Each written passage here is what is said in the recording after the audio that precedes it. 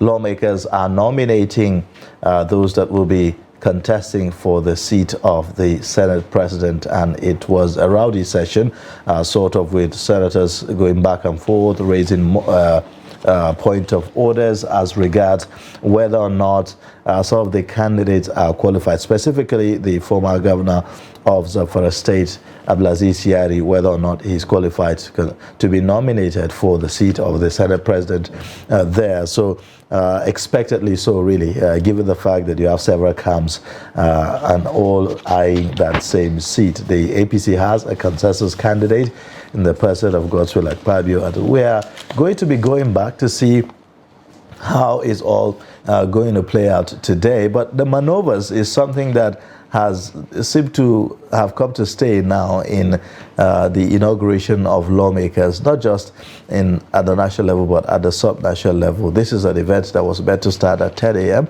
but it's starting much earlier than as said. And in some states, like in Nasarawa State, we understand also we've had situations where the venue for the inauguration is, should be the traditional chambers, but then sometimes it's taken to a different location. Just I remember the last kind of last minute maneuvers. I remember last time in Plateau State, it was supposed to start at 10 and then it started at 6 a.m. Some persons were unable to make it before the election was conducted, So it looks like these are all plans to... Yeah, but Ayub, as I was watching that... So people do not participate in the decision making. But as I was watching that, I felt that was the beauty of democracy, right? Like, for instance, if every member of the APC had agreed with the decision of the APC, then we won't see this kind of robust, debate. Well, I don't want to call it a rancorous session. I want to say robust debate and all of that. So at the end of the day, whoever emerges will feel that, okay, I fought for this and I got it. Yeah, well, let's get some more perspectives. We have in the studio Dr. Theophilus Abba, the Director of Programs, Daily Trust Foundation, with us here. Thank you so much, Doctor, for joining us this morning. Yeah. Well, your take on what's happening right now at the National Assembly? Well, I think, like you said in the introductory remarks, was quite interesting. But what I noticed is that if there were transparency in the process, you wouldn't have that kind of rancor. For instance, I didn't expect whereby Yari will be prevented, or somebody will say Yari should not contest because he was not a senator, when the rules, somebody ought to have known the rules, that if you were a House of Representative member, then you qualify to contest for any position in the Senate. It's not something that should be debated. It's something that should be given, because everybody who went there should know the rules of engagement. So I think, as far as I'm concerned, there's supposed to be transparency in the process, and I fear that if there was a top-down decision process, whereby some persons will say we are the bosses, we are the kingmaker, we are the leaders of this party, and we decide for the National Assembly members. What it takes to be in the National Assembly is a measure of independence in thinking. Yes. So you shouldn't have a situation whereby some people decide for these people who are supposed to be elders and say, look, we are telling you who should be your Senate President, we are telling you who should be your deputy, we are telling you who should be your speaker. You must accept it. Yeah. It shouldn't be so. But the decision, so that is the decision of the APC, for instance, to endorse some certain people. The claim is that it's done in the interest, in the interest of the country, to foster unity. Is there anything like endorsement in the rule? There's nothing like endorsement. There could be consensus, but the consensus should be among the lawmakers. It's not for the party to say, oh, this is your speaker.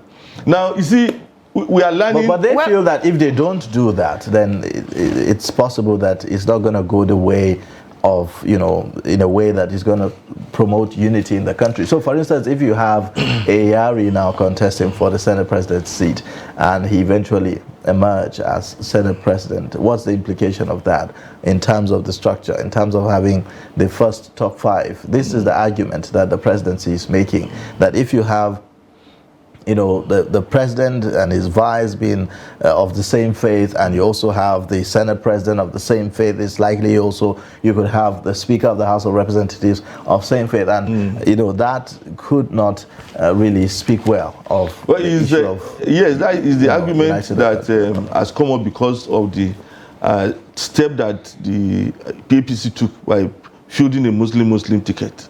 That is why we're having all these challenges. But what I'm arguing is this, you know, the lawmakers, the senators, you know, should have on their own decided. It's not like the executive will now tell the legislator. But Dr. Albert, some experts have said that the executive did not tell the legislature, go and vote for this person, that the party came together and said, okay, let's talk. We had somebody here yesterday who said that what has been going on, in his view, is engagement, that the executive members of the party have been engaging with lawmakers, because at the end of the day, the lawmakers can go to the floor today and do what they want to do. Don't you think so? You see, they've been engaging with the lawmakers. That is the language you use. But then the engagement, you know, can be interpreted as an imposition.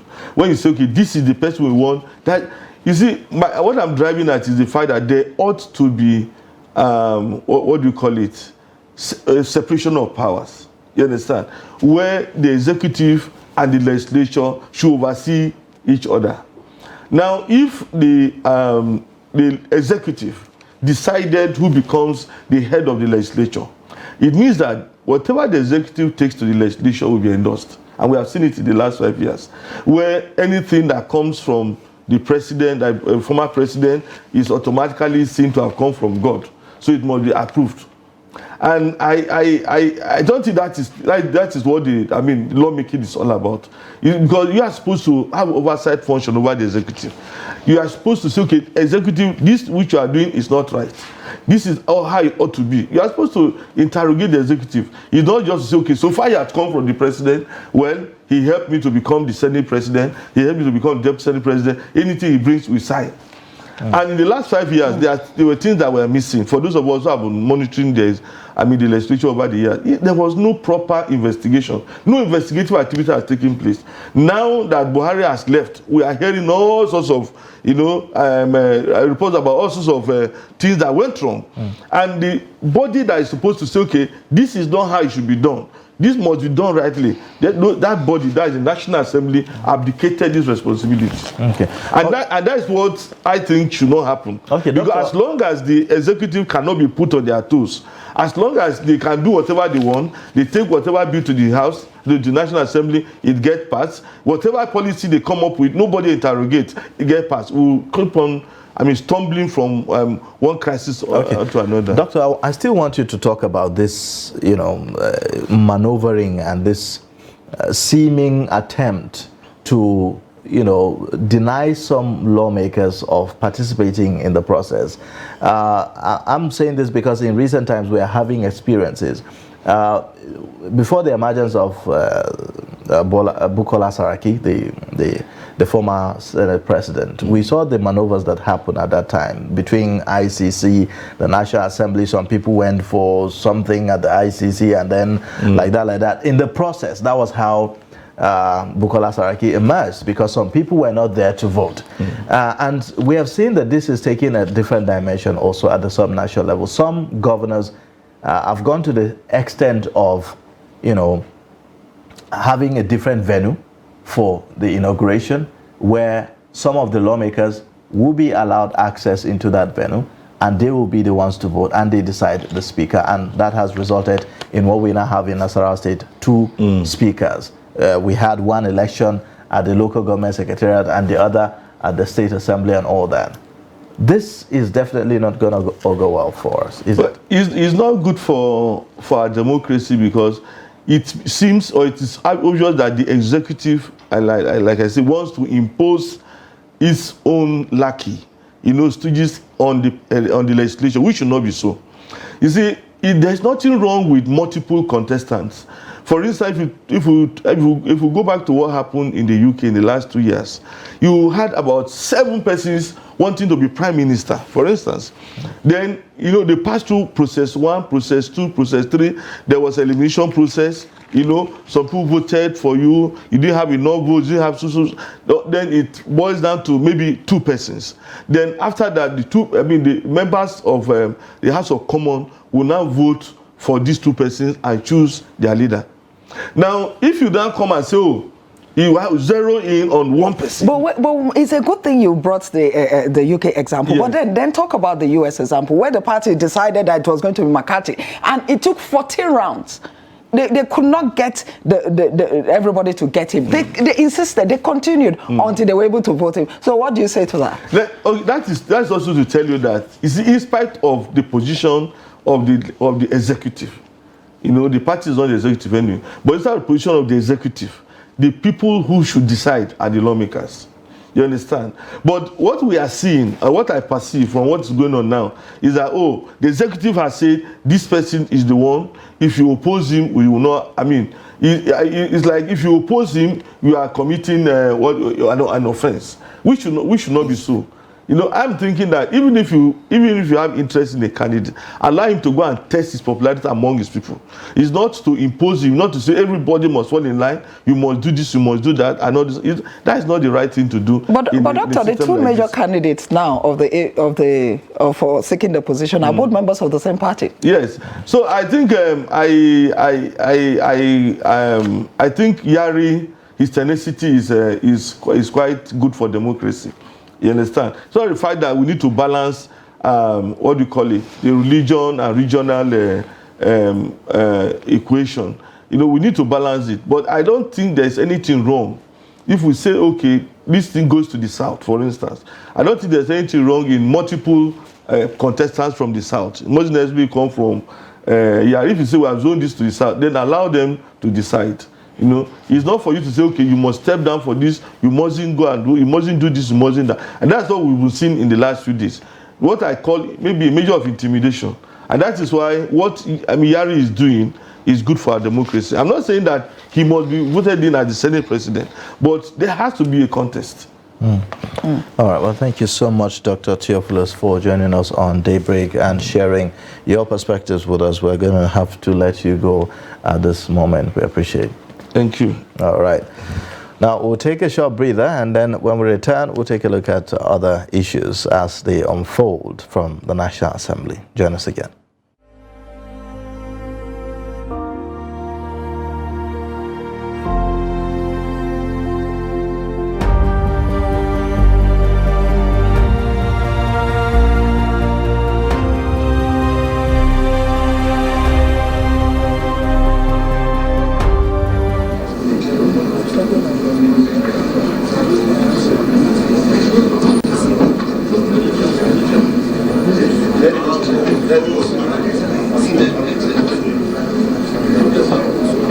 Kebbi State,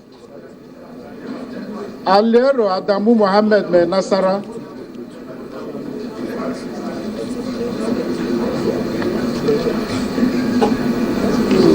Abdullahi Yahaya Abubakar,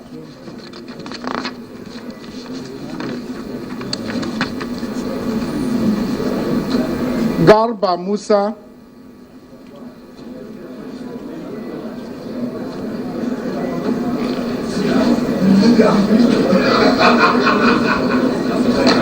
Kogi State, Ohere Sadiku Abubakar,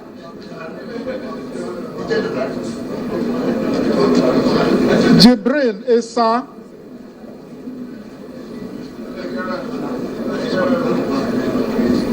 Karimu Sunday Steve,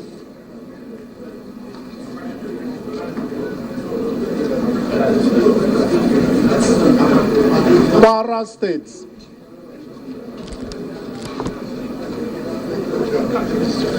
Saliu Mustafa,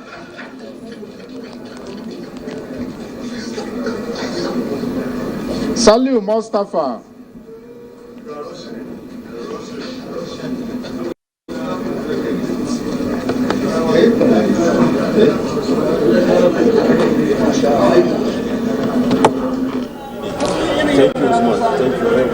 Governor of Kogi State, Yaya Bello, just arrived at the chamber just now. And then this is the time usually in Parliament where the clerk to the National Assembly becomes a presiding officer within the moment. At this point in time, he calls the shot.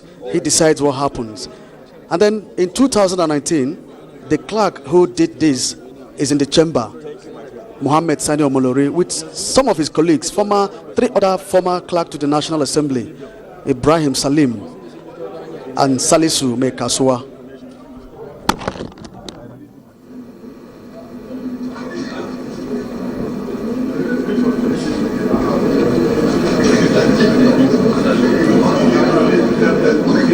Yisa Ashiru Yelola.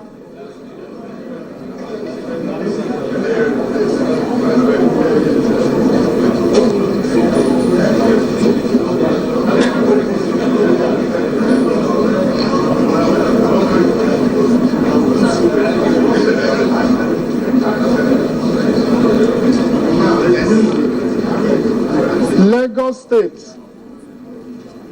Oshilokun San. Present. Ondo State. Member-elect Tunji Ojo Olubumi. Present. Member-elect Adeboyega Adefarati. Present. Member-elect Adeshida Abiodun Cornelius Aderi. Member-elect Adeshida Abiodun Cornelius. Member-elect Adeshida Abiodun Cornelius. Member-elect Akingbaso Festus Olarewaju. Member-elect Ojogo Donald Kimi Kambo.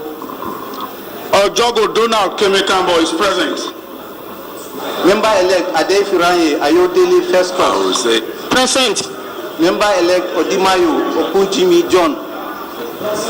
Member-elect Makinde Peter Abiola. Present. Member-elect Adelebe Oluwatimehi. Present. Osun State. Adeshida is present. The machine is down. Okay. Now, Adeshida Cornelius is present. Yes, it's present. That's why I said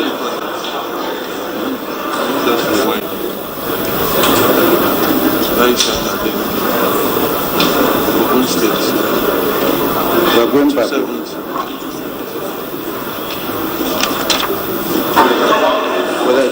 Ondo State.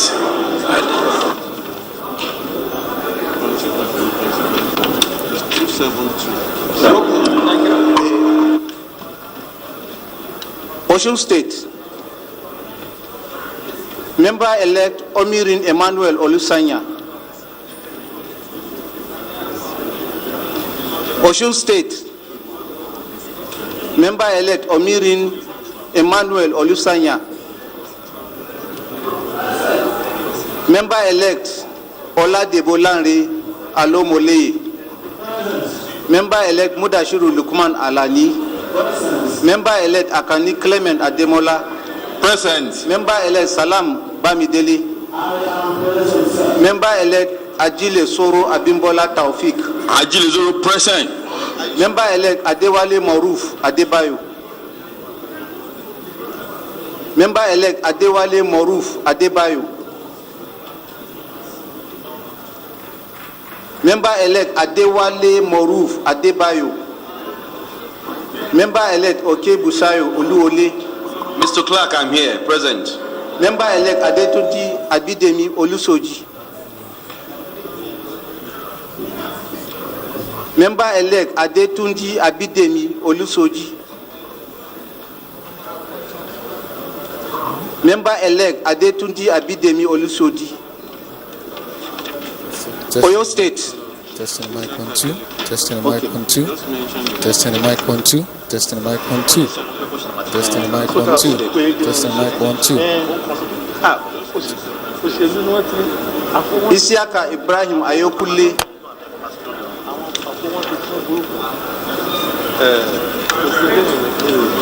Present. Present.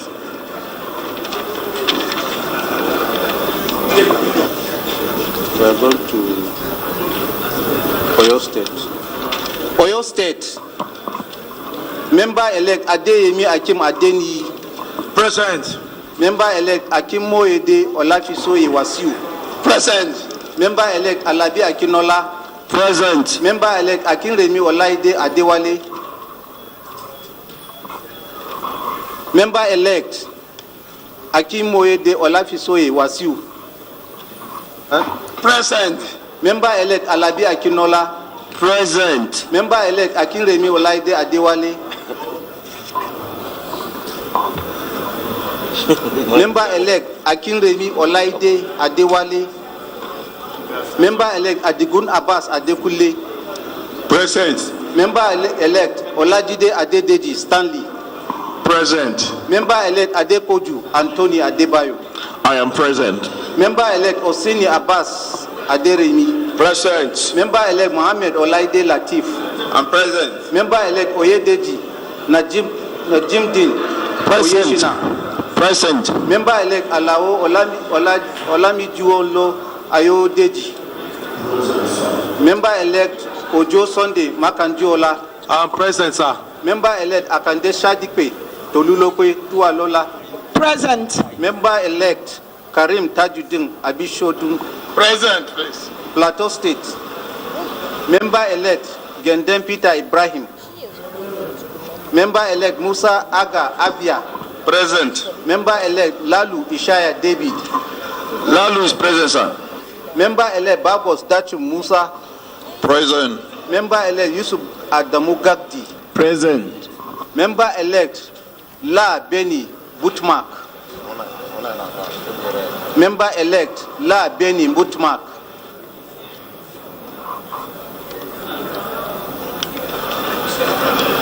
Member-elect La Beni Butmark. Member-elect Kwalu Isaac Charlie. Member-elect Idris Ahmed. Present. River State. Member-elect Bob Solomon. Member-elect Obuzo Victor. Member-elect Goodhead Boma. Member-elect Abiante Awaji.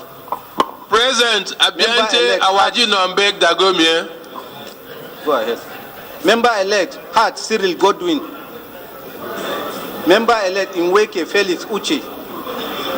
Present. Member-elect Emerengwa Boniface Sunday. Present. Member-elect Ngogu Kelechi. Member-elect Ngogu Kelechi. River State. Oneso Allwell Hacho.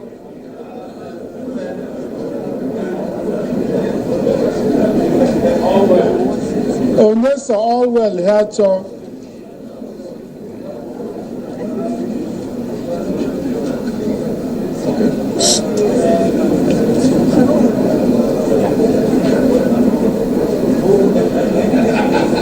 Mpigi Baranada.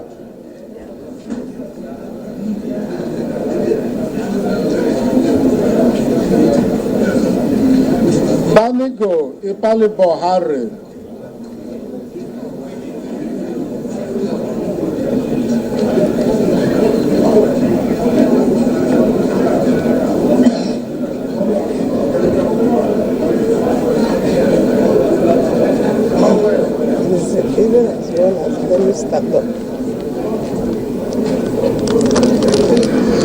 Sokoto State.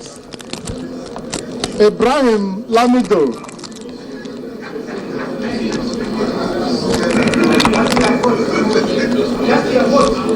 Wamako Aliyu.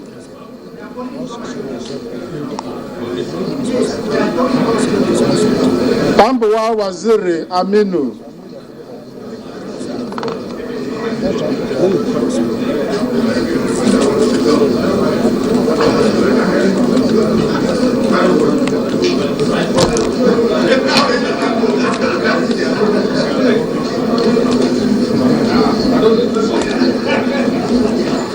Taraba State.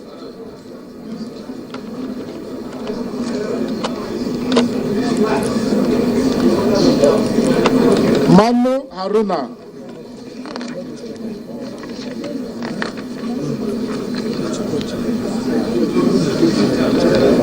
Isa Shaibulao.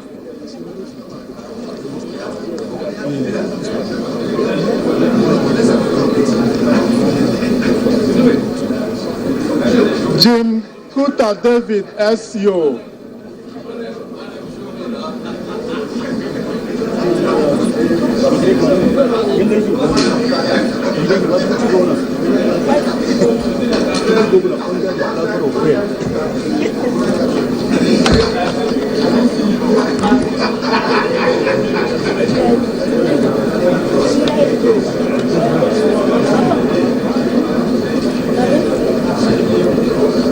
Yobe State, Gaidam Alhaji Ibrahim.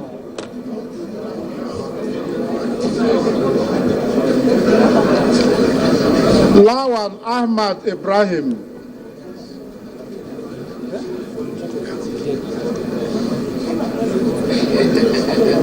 Mohammed Bumai Ibrahim.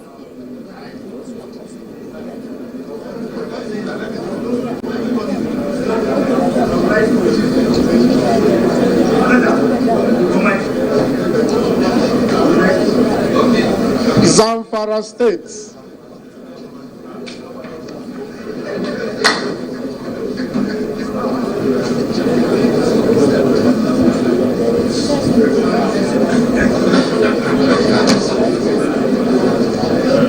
Zamfara State, Bilbis Aliyu Ekra.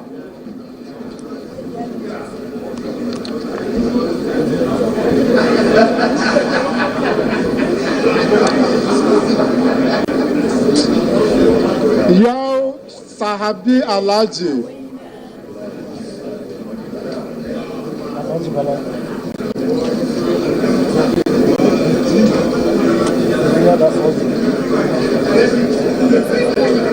Abubakar Abdulaziz Yare.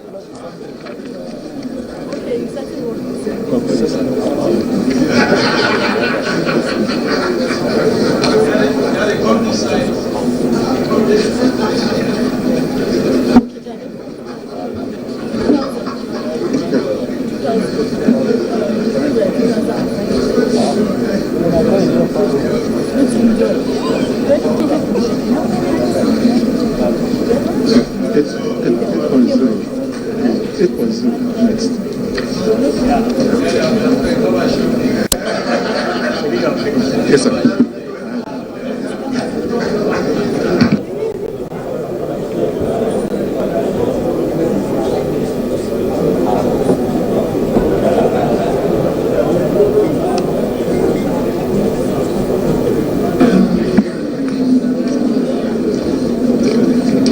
Now the voting is concluded. May I invite the tellers, that is the movers and seconders, to come forward, to step forward to witness the counting and the announcement of the results.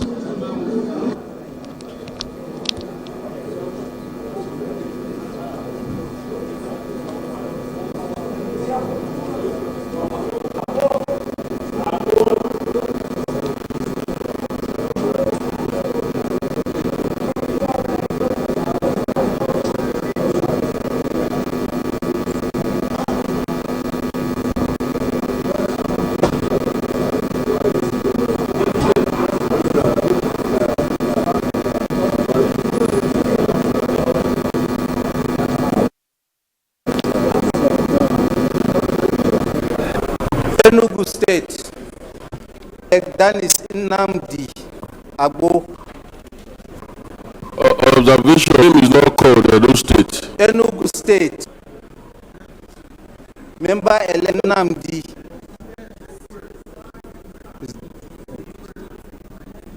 Then Enugu State, member elect Dennis Nnamdi. Observation, Edo State was not mentioned. Esusa Yahweh, Oredo Federal Constituency. Enugu State, Dennis Nnamdi. Gombe State, member elect Bauchia Tongo. Present. Imo State, member elect Ikia Gunom Onyiye. Present. Jigawa State, member elect Adamu Yakubu. Present. Member elect Yusuf Shitu Galambi. Member elect Yusuf Shitu Galambi. Kaduna State. Yusuf Shitu Galambi present. Member-elect Ahmed Mohammed Munir.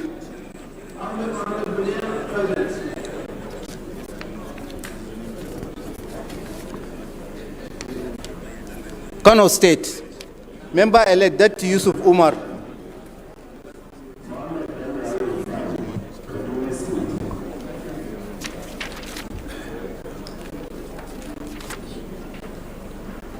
Kaduna State. Member-elect Rufai Mohammed Bello.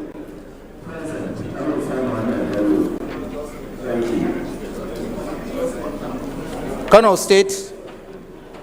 Member-elect Datti Yusuf Umar. Member-elect Datti Yusuf Umar. Member-elect Datti Yusuf Umar. Member-elect Abdul Hakim Kamilu Ado. State. Member-elect Mohammed Jamilu. Member-elect Mohammed Jamilu Faskari. Member-elect Mohammed Jamilu.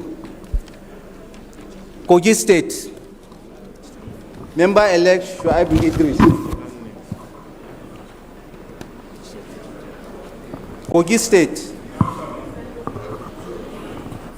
Member-elect Abdul Malik A. Danga. Member-elect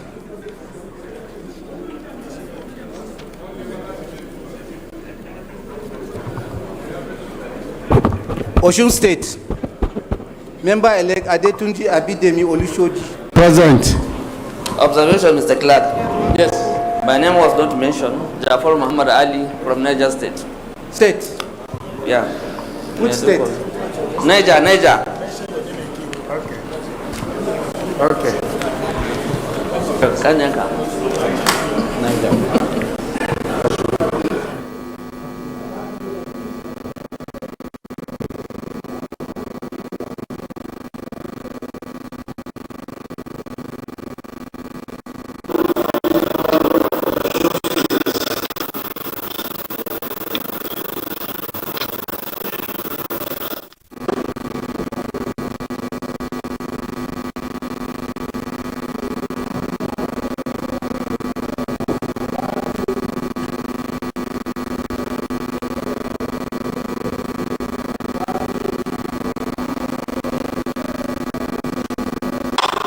Member-elect Said Musa Abdullahi.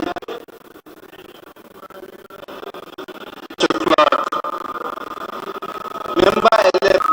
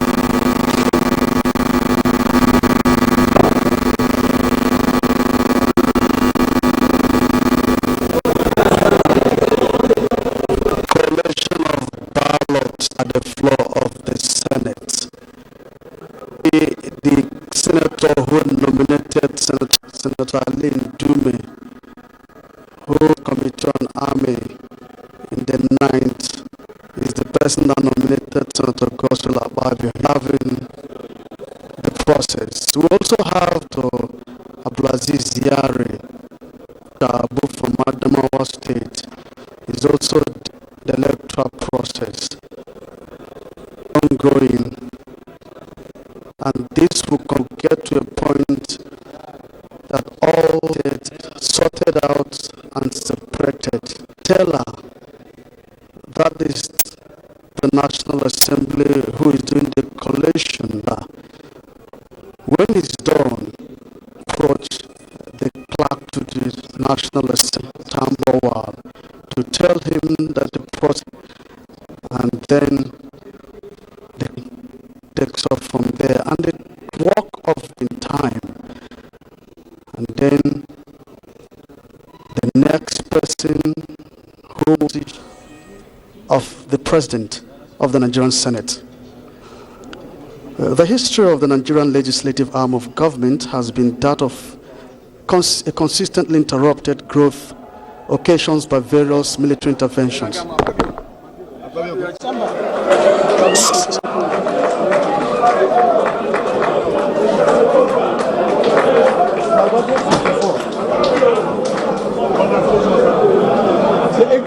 come here and for you.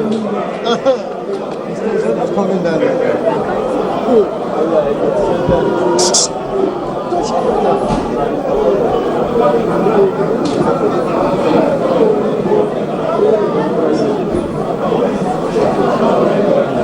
This is timber. You didn't shout like that.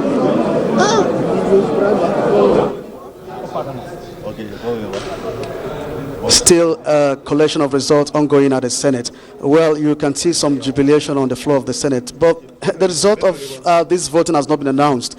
Collation is still ongoing, but what we saw on the floor, images of supporters of Senator Godswill Akpabio jubilating, not because a result has been announced, but they in the chamber, they are hearing the voice of the teller who has been announcing the votes. So from what they are hearing, they believe Senator Godswill Akpabio is going to have the day. That's the jubilation. But the collection of results is still ongoing here on the floor of the Senate.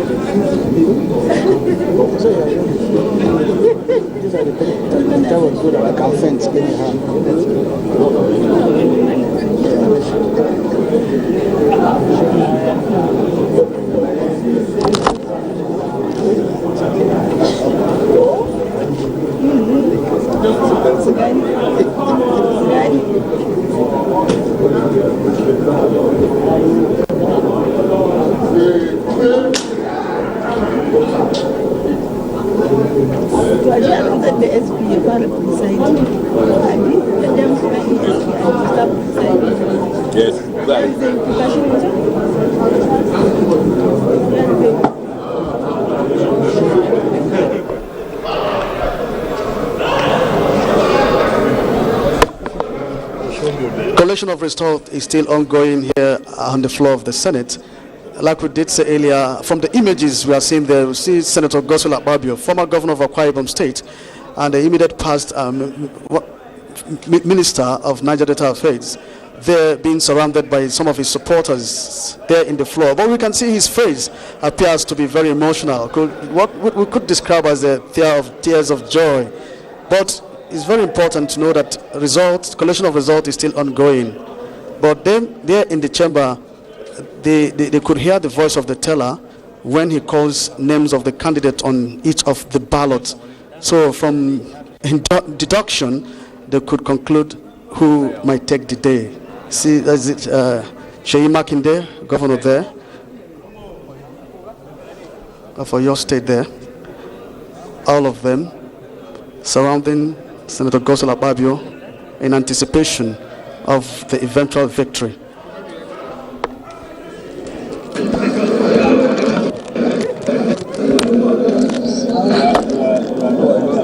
Distinguished.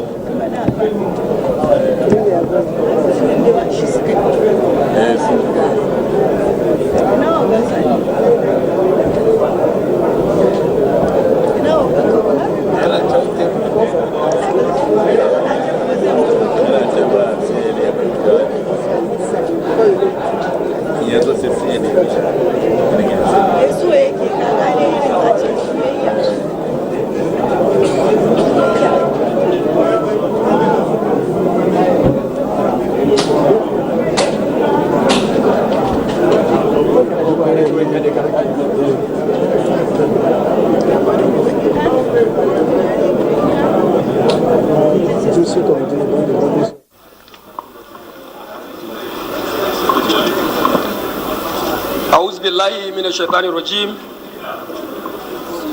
بسم الله الرحمن الرحيم وصلى الله على نبينا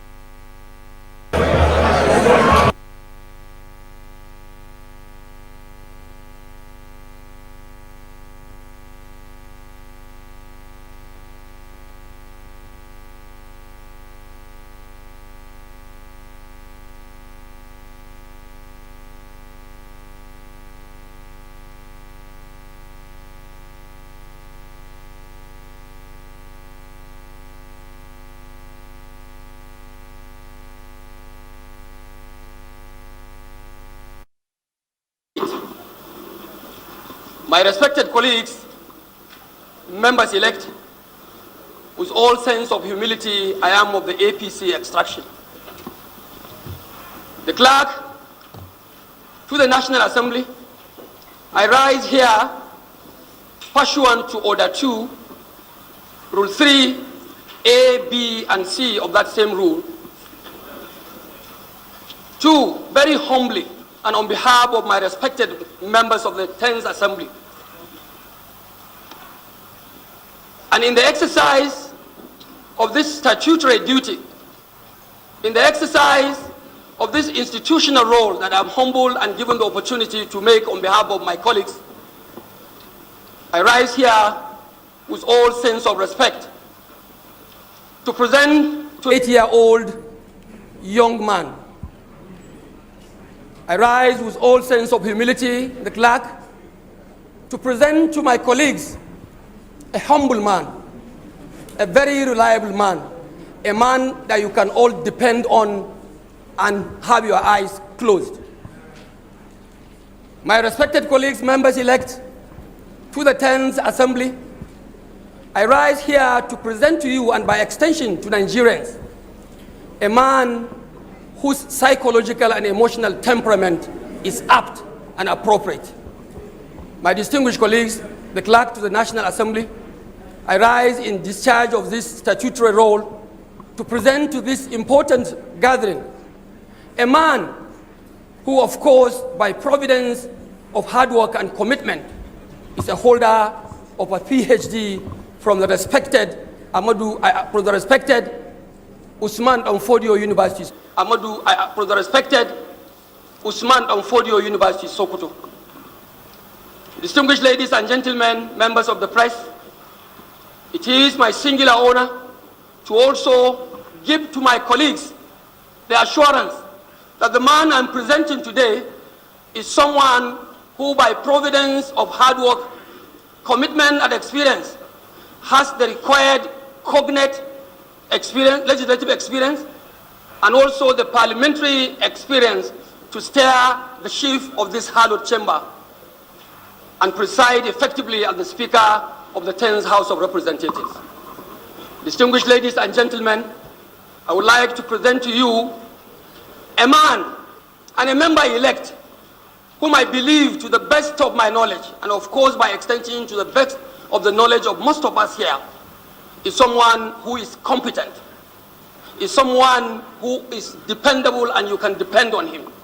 He is someone who has the ability and all it takes to relate with other arms of government to move Nigeria forward.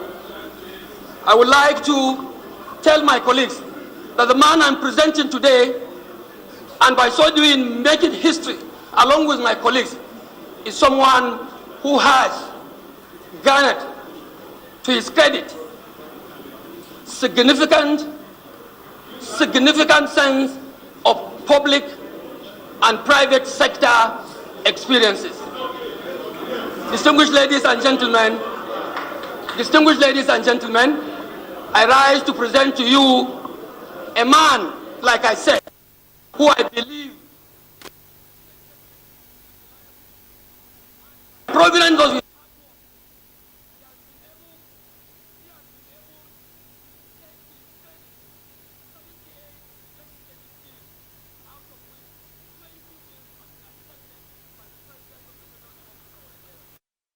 clerk to the National Assembly, a man of this repute, a man of this unparalleled record, is no other person than Right Honorable Tajuddin Abbas, member-elect.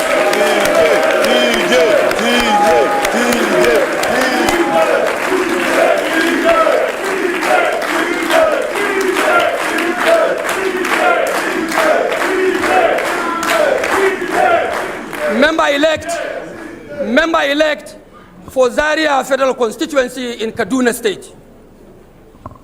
The clerk to the National Assembly, Right Honorable Tajuddin Abbas, is one, like I said, that needs no further mention about his capacity and other things that we must all look up to for him to be the Speaker of the 10th House of Representatives.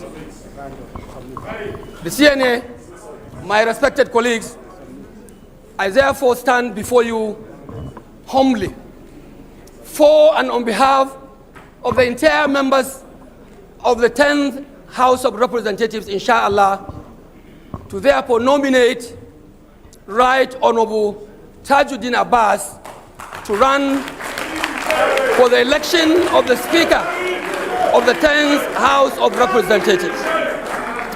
Mr. Clerk, honorable members, I therefore feel to say that I so nominate him. And to Tajuddin, it's a call to duty. It's a call to nation service. I hope you will accept humbly my nomination to run for the speakership position of the 10th House of Representatives. Thank you, and God bless the Federal Republic of Nigeria. 9. Absent, nil. Abstain, nil. Abdul Aziz Yari scored 46 votes.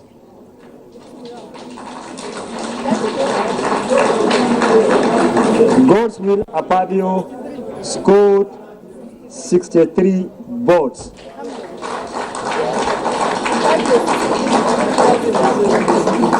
Therefore, Senator-elect Godswill Apabio, who has received the highest number of votes, is hereby declared and returned President of the Senate.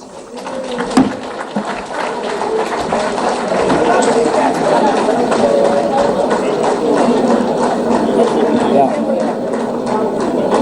You can now.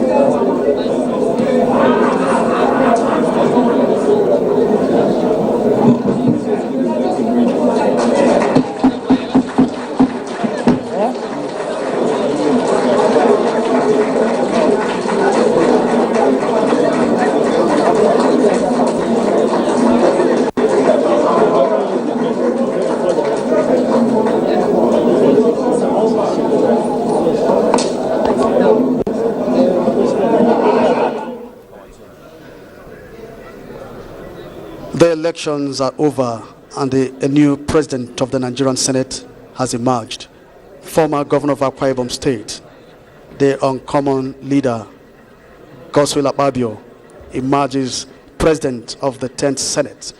Well, the announcement has been made. Clerk to the National Assembly, Magaji Tambawal, has just announced that Godswill Akpabio scored 63 votes, while his rival, Abdulaziz Yare, scored 46 votes. And then Abdulaziz Yare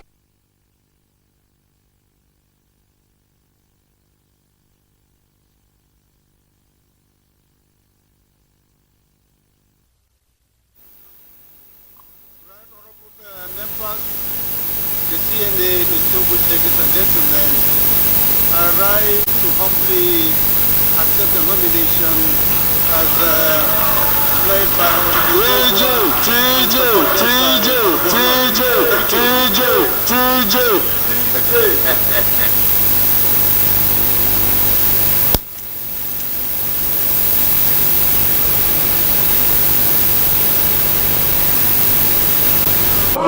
Unopposed.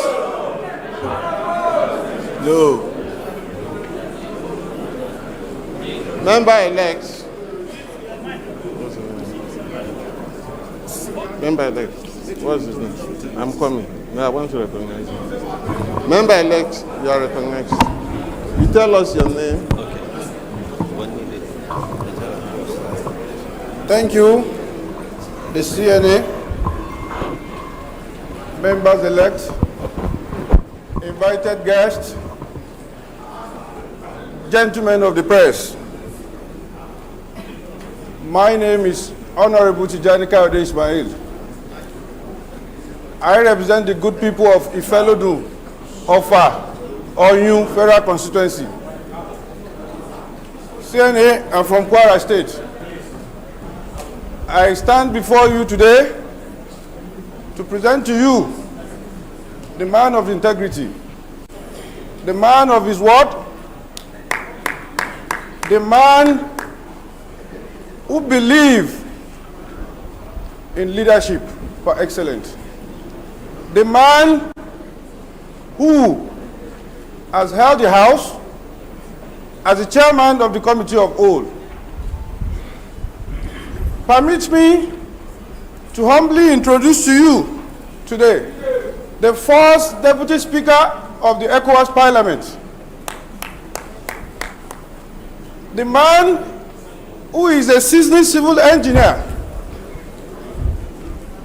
On this note, because of the time factor,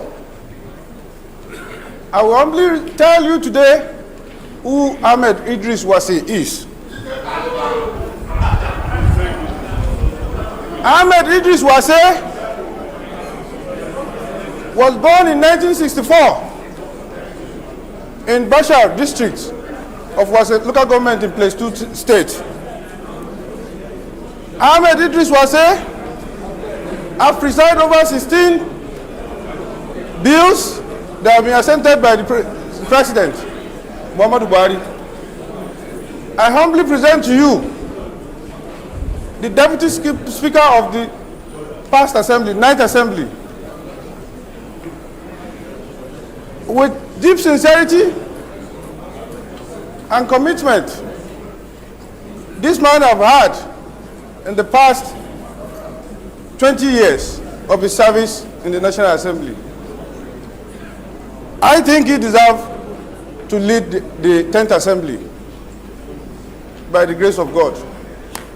I stand before you today. Ahmed Idris Wase is a man who fears Allah.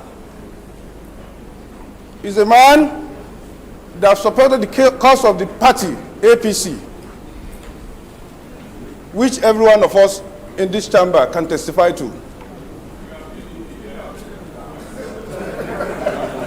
Both the PDP, the APC, the SDP, the ADC, in the 9th Assembly, everybody can testify to what I'm saying today. I want to nominate Honorable Ahmed Idris Wase Maje to run for the position of Speakership of the 10th Assembly. I so nominate. Thank you. Thank you, sir. Can we have a seconder? What was his name? Honorable, you recognize.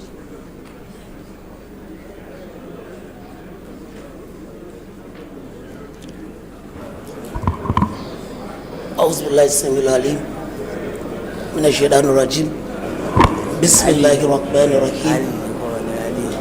The CNN,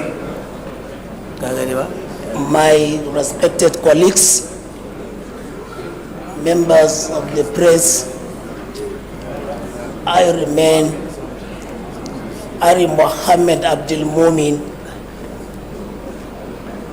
I represent good people of Nasarawa and Soto Federal Constituency from Nasarawa State, no Central. I stand before you to second the nomination of Right Honorable Idris Wasi. Has been mentioned the good deeds, which is not going to be declared. It is certain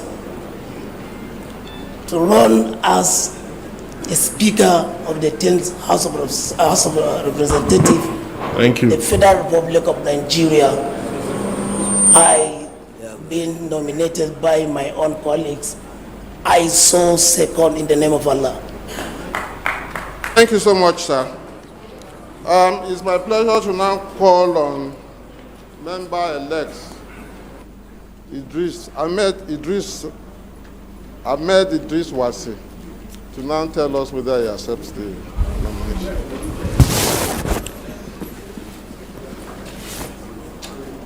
Mr. Clerk of the National Assembly, Leadership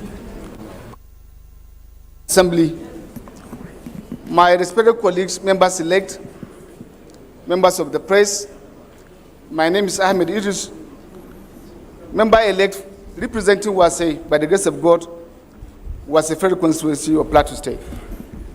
Mr. Clerk, respected colleagues, I stand first to appreciate God Almighty for the journey so far He has put in my life and in our life, and to congratulate all of us that are here by the grace of God into this hallowed chamber.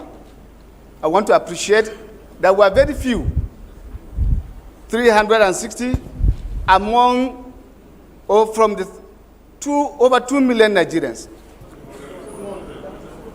200 million Nigerians, to represent them and to act on their behalf. I want to thank God Almighty, and we should all appreciate Him. Colleagues, I want to thank you, and I want to appreciate.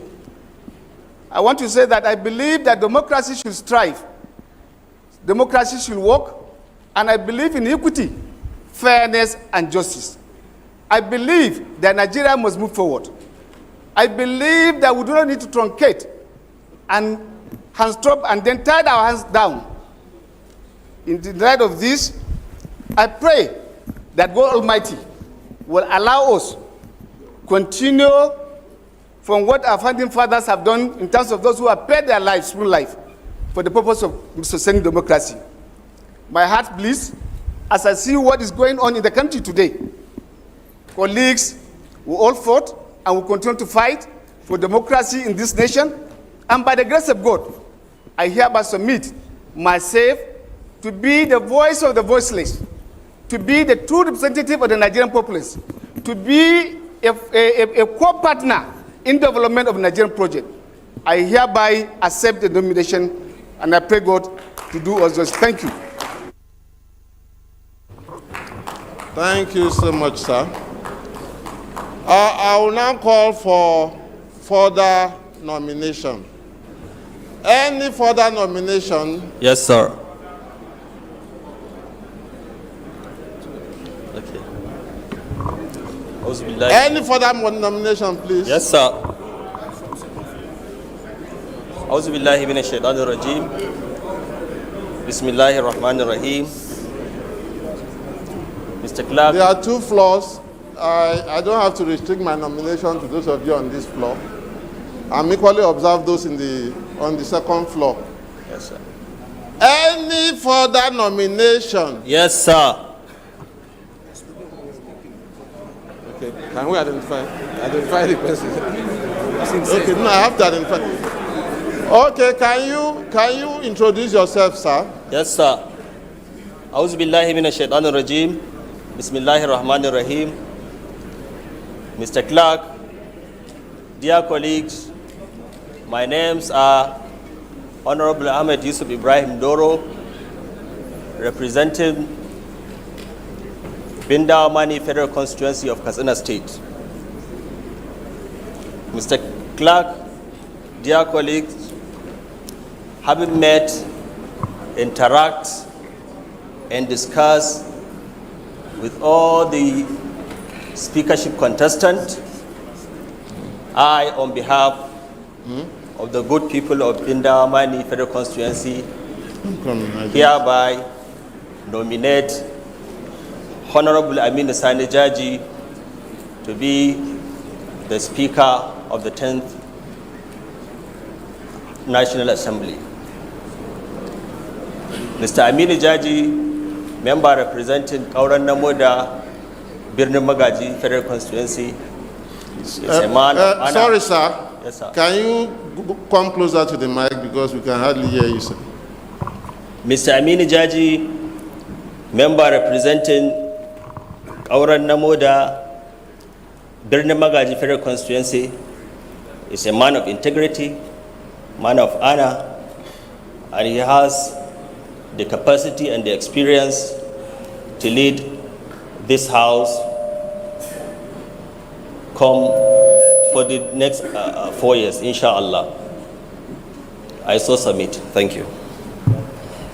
Thank you so much, sir. Can we have a seconder, please? Any seconder?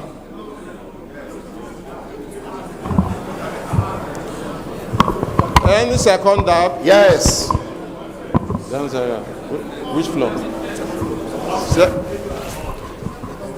Auzu billahi minash shaitanir rajim. Bismillahir rahmanir rahim. Wa sallallahu ala nabiyil kareem. Mr. Clerk, honorable colleagues, my name is Honorable Muhammad Amin Ibrahim, representing Malam Fashik Afro Federal Constituency in Katsina State. I stand here to second the nomination of Honorable Aminu Sani Jaji as the Speaker of the 10th Assembly. I so second. Thank you, Mr. Clerk. Thank you, sir. I will now call on member-elect Jaji to tell us whether he accepts the nomination. Distinguished colleagues. Okay. Member-elect Jaji. Yes. Okay. Distinguished colleagues, CNA, ladies and gentlemen, a very good morning to you all. Today is a day of history. Today is a day that all of us to reckon with a democracy. This nomination comes to me with a sense of concern, and I feel excited that today, the 13th of June, I'm one of the people that stand to protect, defend democracy. It is like yesterday that you concluded the general election, whereby all the political parties, they participated in general election despite the fragile unity that we have in the country, but alhamdulillah, we're able to overcome it. Management and Masters of Business Administration degree, MBA. After his initial higher studies, the senator worked briefly in the accounting department of the Kano State Foundation before he resigned in 1992 to begin his private flourishing business with vast interests in the manufacturing, insurance, and the construction sectors of the Nigerian economy. His success in the private sector prepared him adequately to begin a process of championing the cause of his people through the instrumentality of politics. The senator's passion for his people motivated him to contest and won election in 1999 to the House of Representatives to represent Turani Federal Constituency of Kano State. While in the Federal House of Representatives, he served as the chairman, House Committee on Appropriations. As the chairman of the committee, he initiated in the year 2000 the practice of providing opportunities for federal legislators to nominate projects to be implemented in their constituency project in parentheses, in the federal government's annual budget. This practice has been accepted and is being adopted not only by the federal legislatures, but also the state legislators across the country. He was also a member of the House of Representatives Committee on Power, among other committees, during that period. He was appointed in year 2000 to serve as a member of a committee set up by former Nigerian President Olusegun Obasanjo to review the Nigeria budgetary process. He served as the chairman of the Kano State Investment and Properties Limited, a company wholly owned by the Kano State government. He also served as a commissioner in the Kano State Executive Council during the second term of Dr. Rabiu Musa Kwankwaso's administration. On his return to electoral contest in 2015, Senator Barrow contested and won election to the Senate of the Federal Republic of Nigeria, representing his native Kano North Senatorial District under the platform of All Progressive Congress. He was appointed same year as the Vice Chairman Committee on Petroleum Resources Downstream of the Senate, and subsequently became the chairman of the same committee. In the latter year of 2016, he was reassigned to the Senate Committee on Tertiary Institutions of State Fund as the chairman of the committee, a position he held till the end of the 80th National Assembly. He was re-elected to the Senate in 2019 and served as the chairman of the Senate Committee on Appropriation until the end of his tenure in the 9th Assembly last week. Notably, he was the secretary of the Northern Senators Forum from 2016 to 2021, when he resigned in order to concentrate more on his rigorous duty as the chairman Senate Committee on Appropriations. He received the award of the Northern Senator of the Year 2017 by the Nigeria Senate Press Corps. He also received in June this year the Budget Cycles Restoration Award by the same National Assembly Press Corps in recognition of the role he played to restore the Nigeria budget cycle from January to December of every year. He was bestowed with the National Award of the Commander of the Order of Niger by the former President Muhammadu Buhari in the year 2022 in recognition of his sterling service to Nigeria. Mr. Senate President, the Clerk of the National Assembly, my distinguished colleagues, it is for these reasons and more that I, Engineer Wednesday David Umai, CON, Fellow of Nigeria Society of Engineers, FLAT, do urge us, as I have urged myself, to support this national unity and stability for Nigeria's motion for the nomination that distinguished Senator Jibrin Barau, CON, do take the chair of the Senate as the Deputy President of the 10th Senate of the Federal Republic of Nigeria for the benefit of Nigeria and Nigerians. I do move.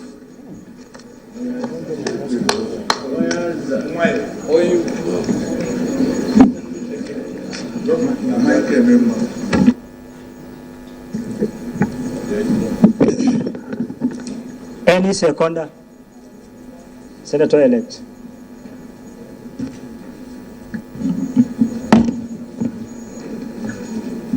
Distinguished Senator of the Federal Republic, Senator Godswill Akpobia, Senate President of the 10th Senate, the Clerk of the National Assembly, and distinguished Senators-elect, I rise to second the motion ably moved by Senator-elect Senator Dave Umahi that Senator Jibril Barau be given the opportunity to take the seat of the Deputy Senate President.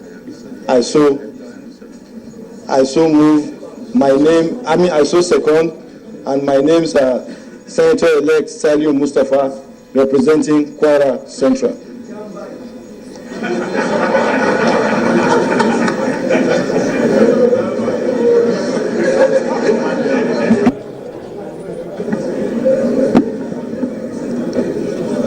Distinguished Senator-elect Barrow.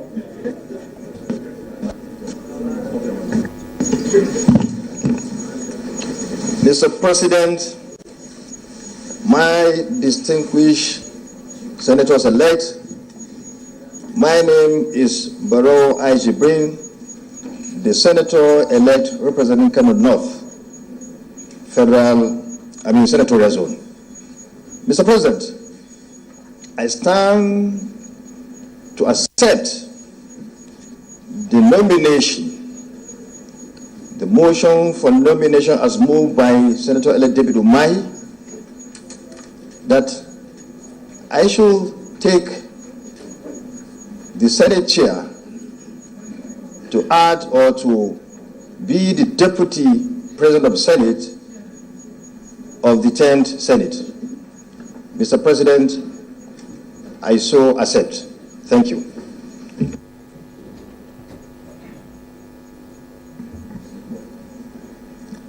Are there further nominations? Are there further nominations?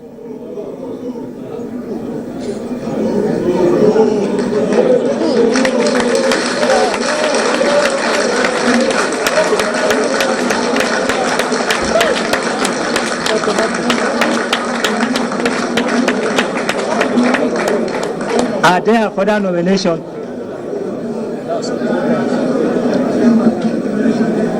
In the absence of further nomination, I declare the nomination closed.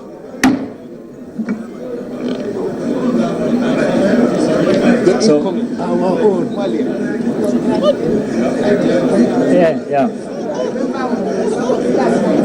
since we have only one candidate vying for the position of the Deputy President of the Senate, I now declare Senator Jibrin Barrow as duly elected Deputy President of the Senate.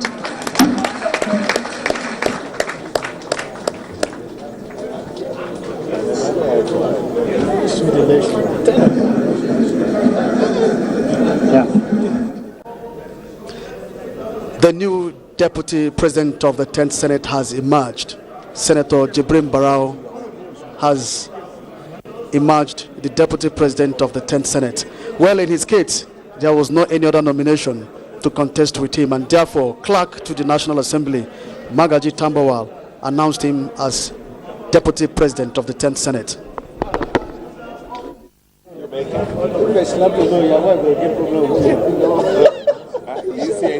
At all. Okay, it's allowed. I'm simple and safe.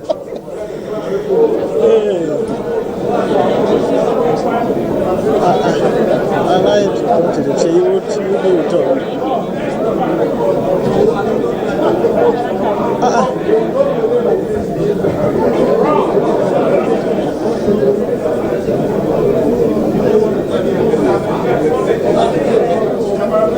No, it's the governors that are calling.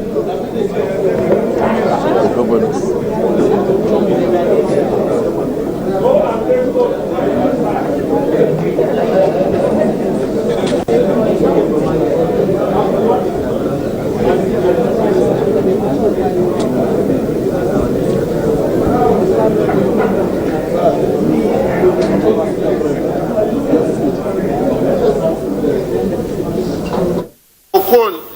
How do you vote? I go with Right Honorable Tajuddin Abbas. Martin said to him, how do you vote? I vote for Right Honorable Tajuddin Abbas, PhD. I them, Josiah, how do you vote? I rise to vote for Right Honorable Tajuddin Abbas. Eset Makudo, how do you vote? I rise to vote for Right Tajuddin Abbas. Oka for Dominic Ifeanyi, how do you vote?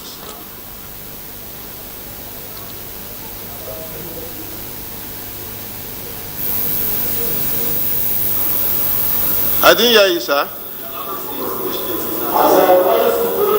Mr. Indicative. Okay. Inekwe Peter Udogolonya, how do you vote? Arise to vote for Honorable Tajuddin Abbas. Orugo Obiageli, how do you vote? Arise to vote Right Honorable Tajuddin Abbas. Okonkwo Uchenna Harris, how do you vote?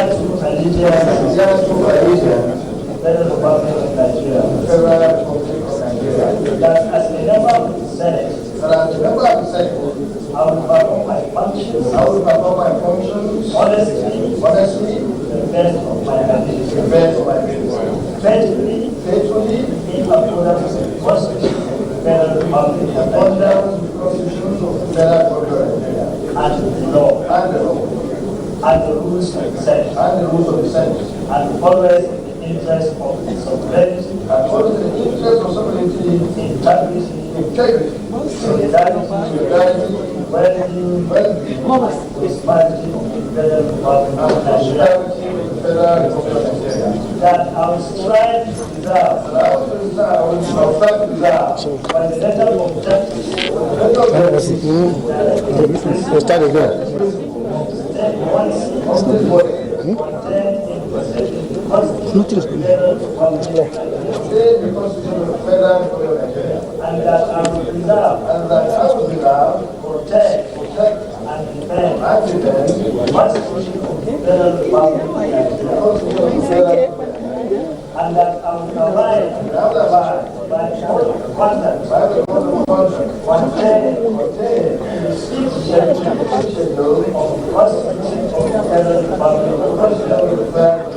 So help me God. Deputy President said, This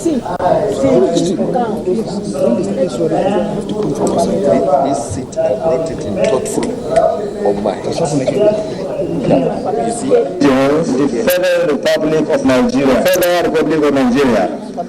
That as the Deputy President of the Senate, that as the Deputy President of the Senate, I will perform my functions. I will perform my functions honestly, to the best of my ability. To the best of my ability, faithfully, in accordance with the Constitution of the Federal Republic of in Nigeria. accordance with the Constitution of the Federal Republic of Nigeria. And the law. And the law. And the rules of the Senate. And the rules of the Senate. And always in the interest of the sovereignty. And always in the interest of sovereignty. Integrity.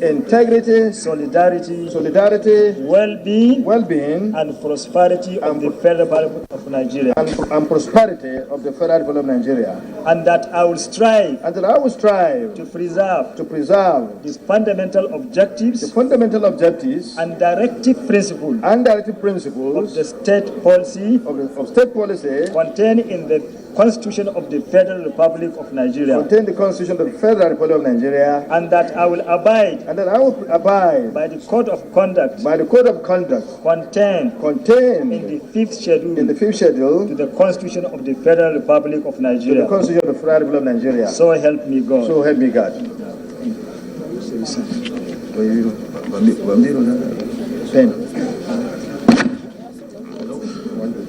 Yeah, sorry. I always forgot my.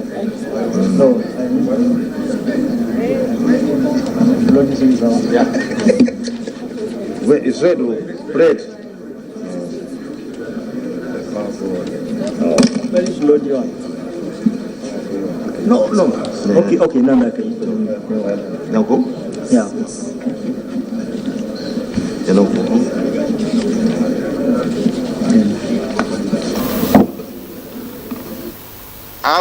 Abuku Obozi Zebe Ofoji, how do you vote?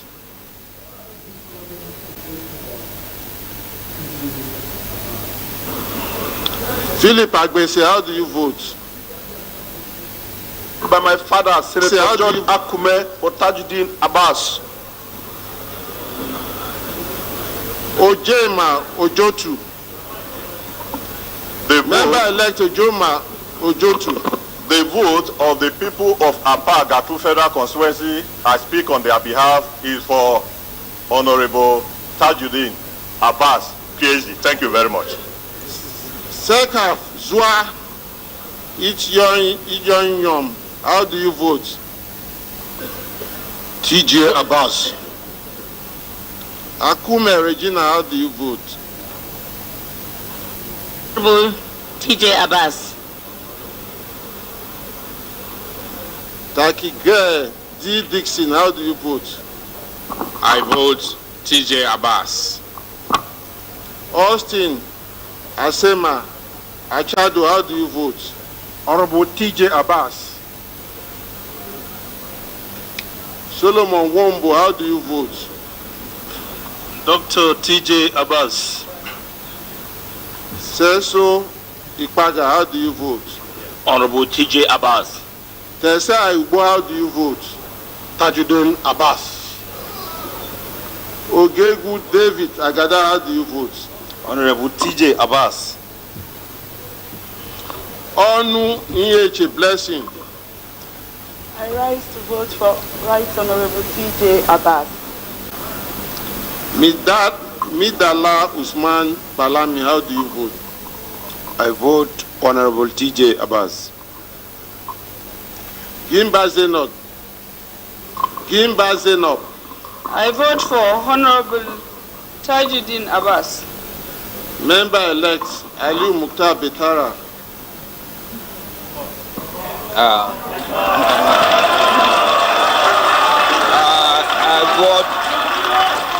I vote Honorable TJ Abbas.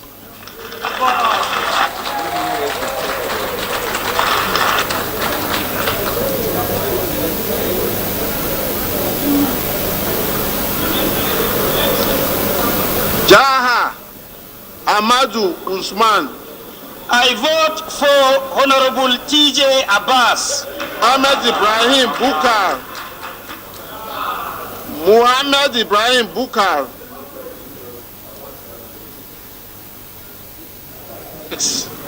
Muhammad Ibrahim Bukar. Thank you. Alhaji Ahmed Satomi. I stand firm and my vote goes straight to Dr. Tajuddin Abbas, PhD. Thank you, sir. Zana Usman.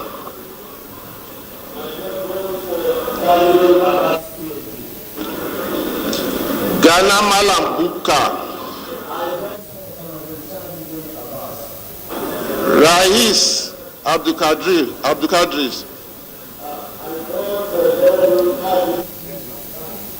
Buka Taba. My vote goes to Honorable Tajuddin Abbas, PhD. Iyan Emil Lemke.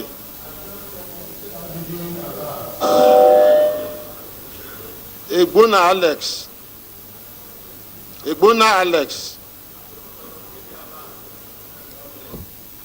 Abang Victor Bigson. Honorable TJ Abbas. Akiba Basi Ekpeyon. Right Honorable TJ Abbas. Basi Joseph. Right Honorable TJ Abbas. Irom Etaba Michael. Peter Akpanke. I vote for Right Honorable TJ Abbas. Effiong Godwin Ode Epo. My vote is for Honorable TJ Abbas. Lawrence Okoli.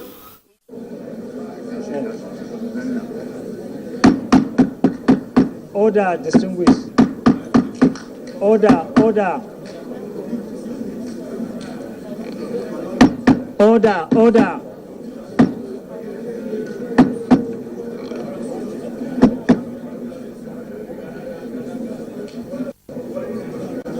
Order, distinguished. Please return to your seat.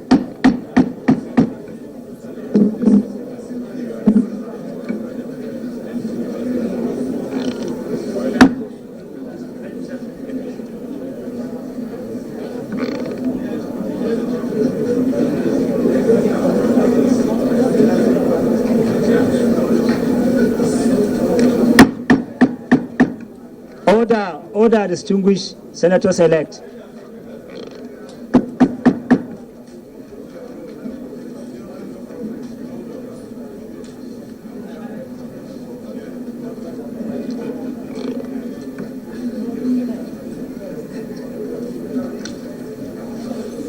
The President of the Senate, the Deputy President of the Senate, senators-elect, I wish to make this announcement. We have in our mix the former Senate President, Senator Ebute Ame. He may wish to also congratulate the President of the Senate and the Deputy President of the Senate. Also in our mix, we have our former clerks to the National Assembly, person of Dr. Ibrahim Salim, CON, Alhaji Abubakar Maikaswa, OON, PhD, and Alhaji Sani Ataba Omolori. Thank you. The President of the Senate, the Deputy President of the Senate, distinguished senators-elect, on behalf of the management of National Assembly, I wish to congratulate you once again for this historic occasion. I think from now I have concluded my assignment in the Senate. I will now proceed to the House of Representatives. Thank you.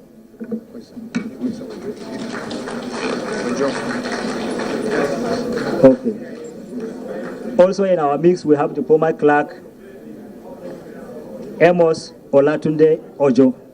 Thank you. Sorry for that.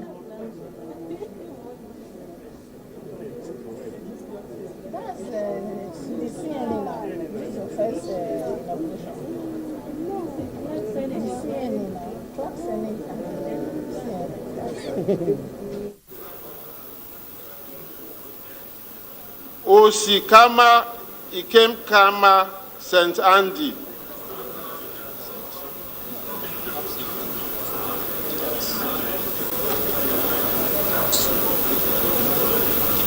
Akpatasin Oyo Zoje Peter. Akpatasin votes for TJ Abbas. Murphy Osaru. Respectfully, my vote goes to Honorable TJ Abbas. Onobum Marcus Izegweya. I honorably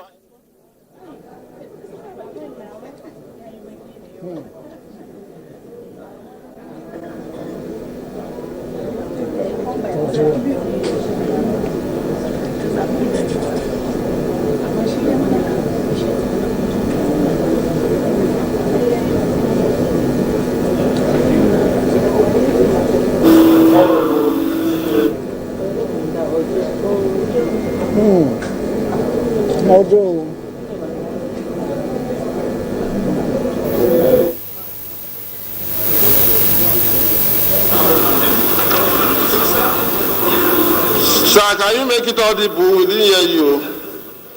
Yahweh is so sad.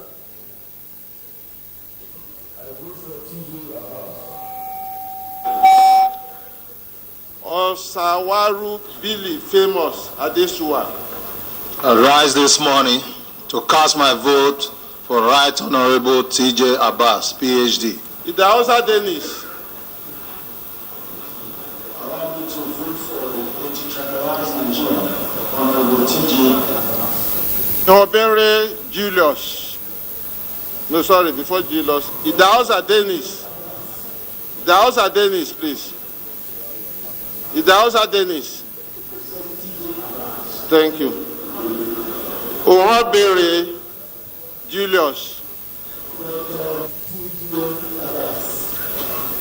Fatoba Chief Olushola.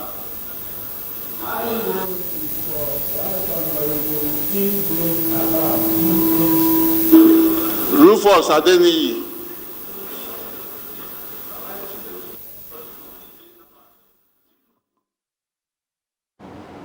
All right, thank you for staying with us. You're watching proceedings from the National Assembly, where we are watching the Senate and House of Representatives decide who will be the Senate President and the House of Representatives Speaker. So far, the President of the Senate has been decided by the lawmakers, and we have Godswill Akpabio emerging as the President of the Senate, and also to be deputized by Jibrin Barrow, who will be his Deputy Speaker. In the House of Representatives, already nominations have been concluded, and voting is currently ongoing, and we'll see eventually who will emerge as Speaker of the House of Representatives. We have the major contenders, Idris Wase, and also the Tajuddin Abbas, who is gunning for the seat of the Speaker of the House of Representatives. We have in the studio Senator Yusuf Abubakar Yusuf, a former senator representing Taraba Central, and also Dr. Sam Oguche.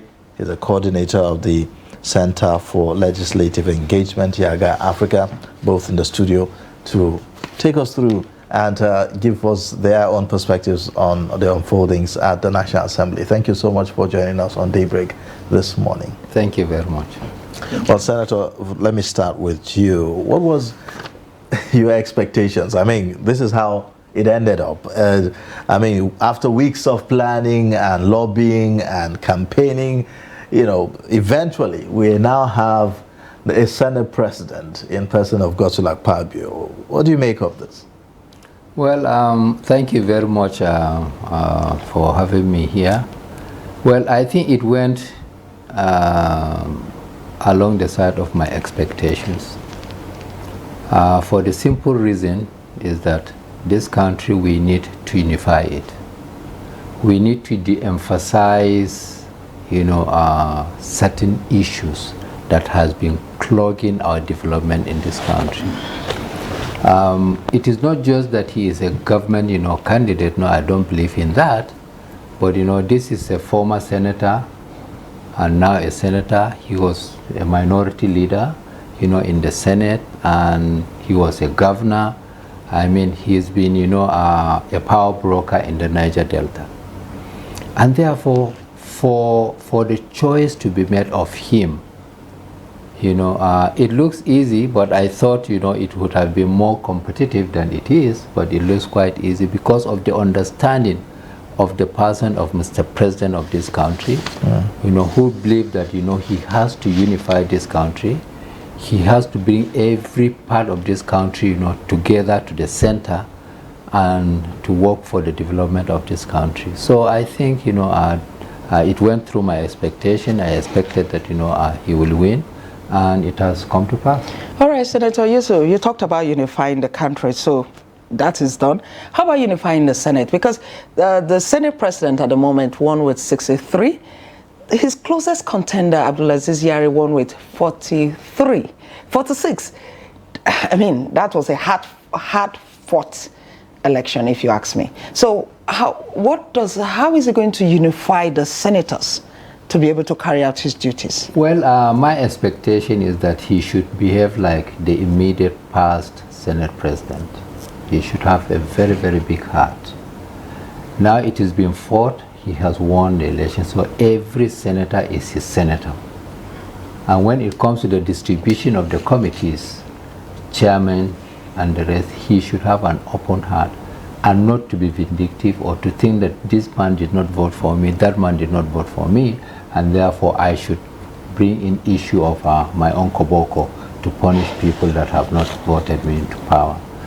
And to unify Senate is not an easy thing, because you have to have, a lot of horse trading. There are Muslims blocs, there are Christians blocs, there are northern blocs, there are southern blocs, there are professional blocs, there are labor blocs. So all this must be put into perspectives in order to give Senate, a national belonging, so that, motions, bills can be debated from the point of view of national unity. And also the Senate that will correlate very, very well with the executive. Because no matter how you look at it, the correlation to work well with the executive is so very, very important. We saw what happened in the Earth Assembly, whereby the Senate was in tandem with the executive. However, the leadership of the Senate was not in tandem with the executive. But I think this one, both the Senate and the leadership of the Senate will be in good alliance, with the executive side of government.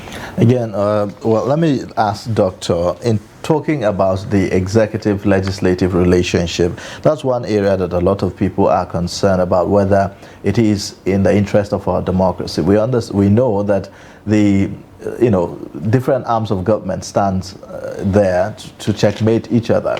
And the issue and the argument has always been whether or not, with this kind of arrangement, the legislative arm will be able to exercise that, checks and balance on the executive with the emergence of Godswill Akpabio. How do you see this going? The whole issue about a rubber stamp Senate and the rest of them.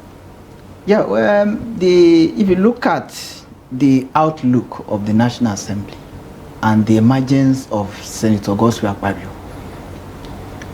you appreciate the fact that he is the preferred candidate of the government. Now that he has been elected, what you said is the issue that will ordinarily come up. Will the legislature be able to perform its functions dispassionately? Will he be able to checkmate the executive? If you ask me, I tell you, that does not in any way prevent the legislature from performing its statutory functions. Now, what I can now put at the doorstep of the legislature, that is the National Assembly, the Senate particularly, is a situation where they cannot appreciate their independence. Now, there is no government executive that will stand aloof, uninterested in what happens in the legislature. But that is a different ballgame. The legislature should not by any means put itself in a situation where it will be tagged a rubber stamp. Now that they have emerged, the President of the Senate is there, the Deputy is there, the House, as the distinguished senators say, they are all in good relationship with the executive.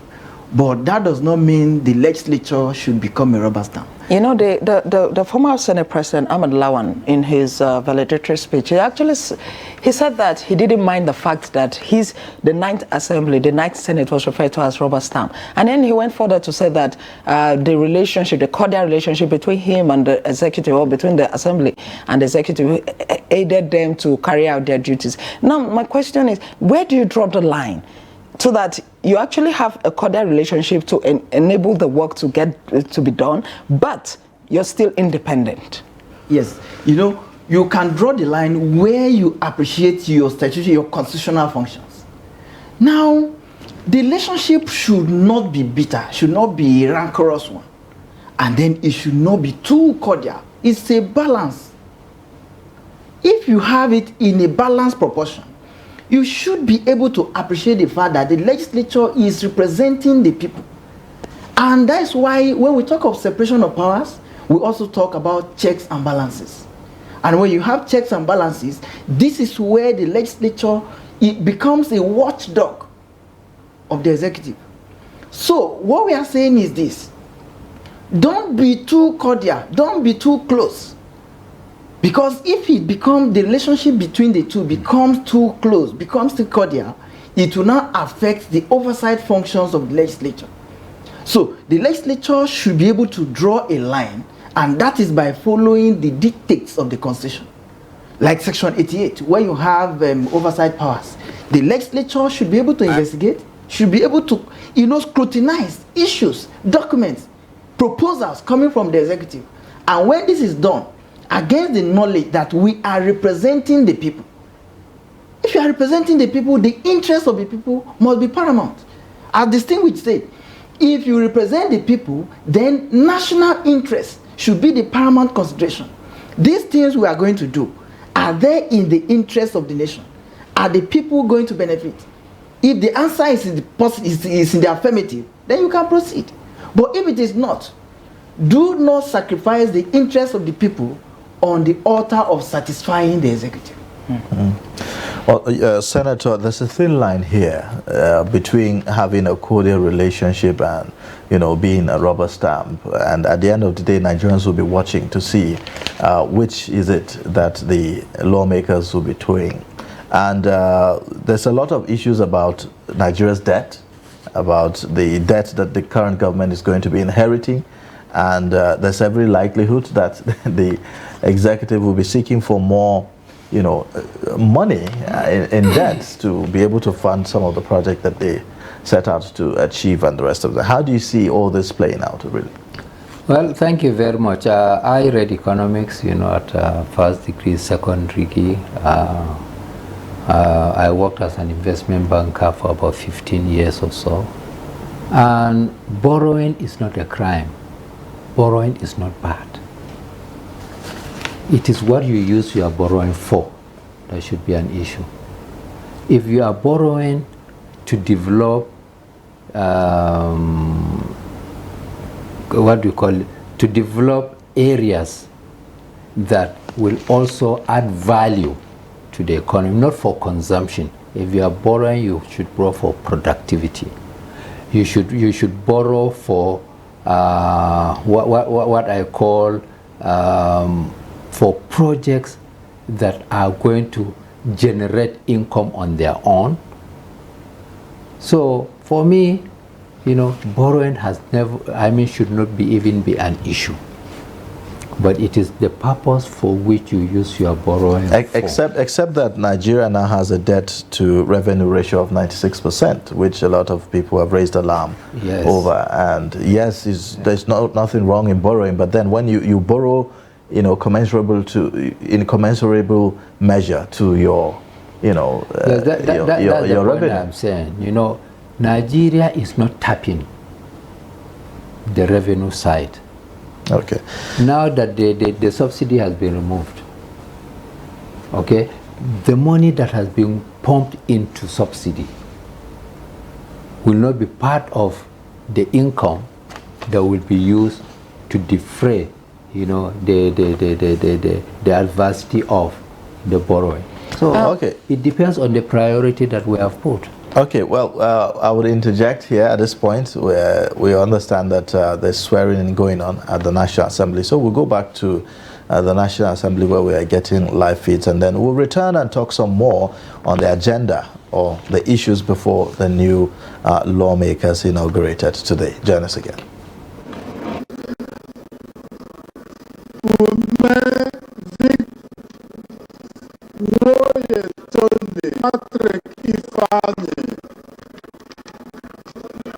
Bauchi State,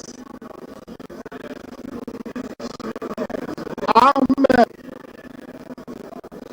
Kalasam Boba Omar, Bayelsa State, Kombowe Benson Friday, Agadaga Benson Sunday, Dixon Serake Henry,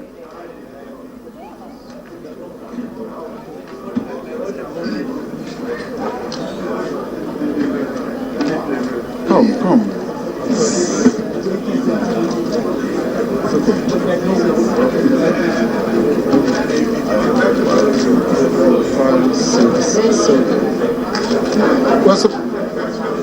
Two two are not.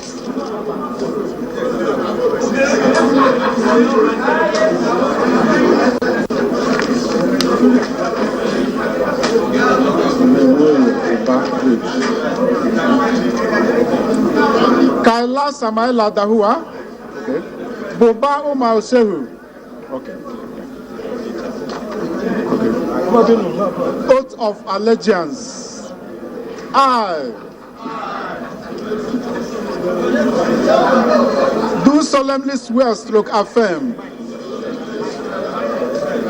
that I will be faithful and bear true allegiance to the Federal Republic of Nigeria. Images of what we're seeing there on the floor of the Senate is the first official function of the President of the 10th Senate, Senator Godswill Akpabio. Now he is now administering oath of office and swearing in of the other 108 senators-elect.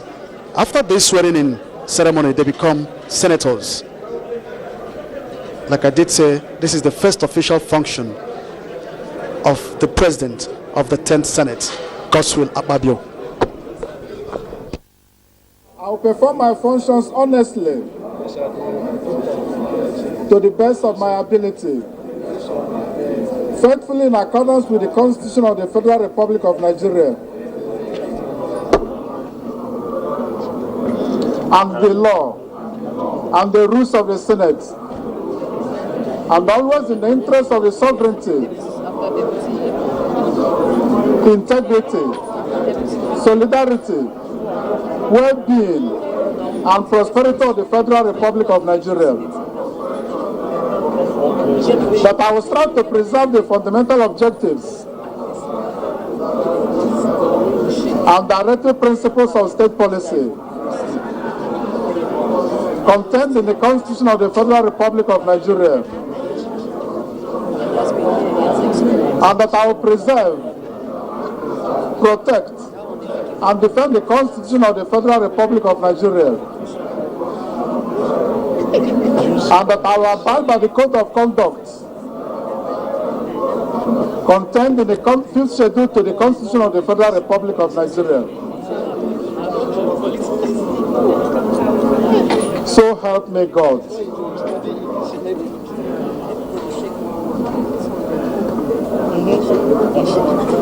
Benue State, Udende Emmanuel Memsa, Zam Titus Tatenga,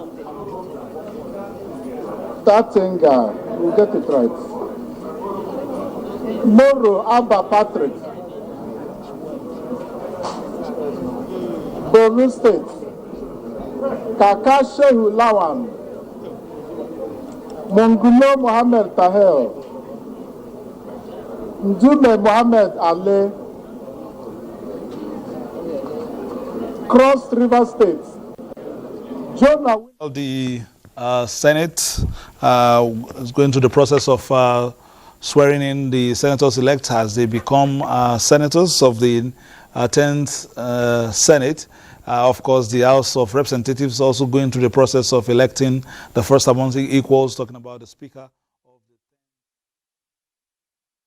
All right, thank you for staying with us. You're watching Daybreak on Trust TV. We just had the presentation of oath to some of the senators there at the National Assembly, and we also saw the handing over of certificates to some of them. We still have in the studio Senator Yusuf Abubakar Yusuf, former senator representing Taraba Central, with us in the studio, and also Dr. Sam Oguche, the coordinator, Center for Legislative Engagement, Yaga Africa, with us here in the studio.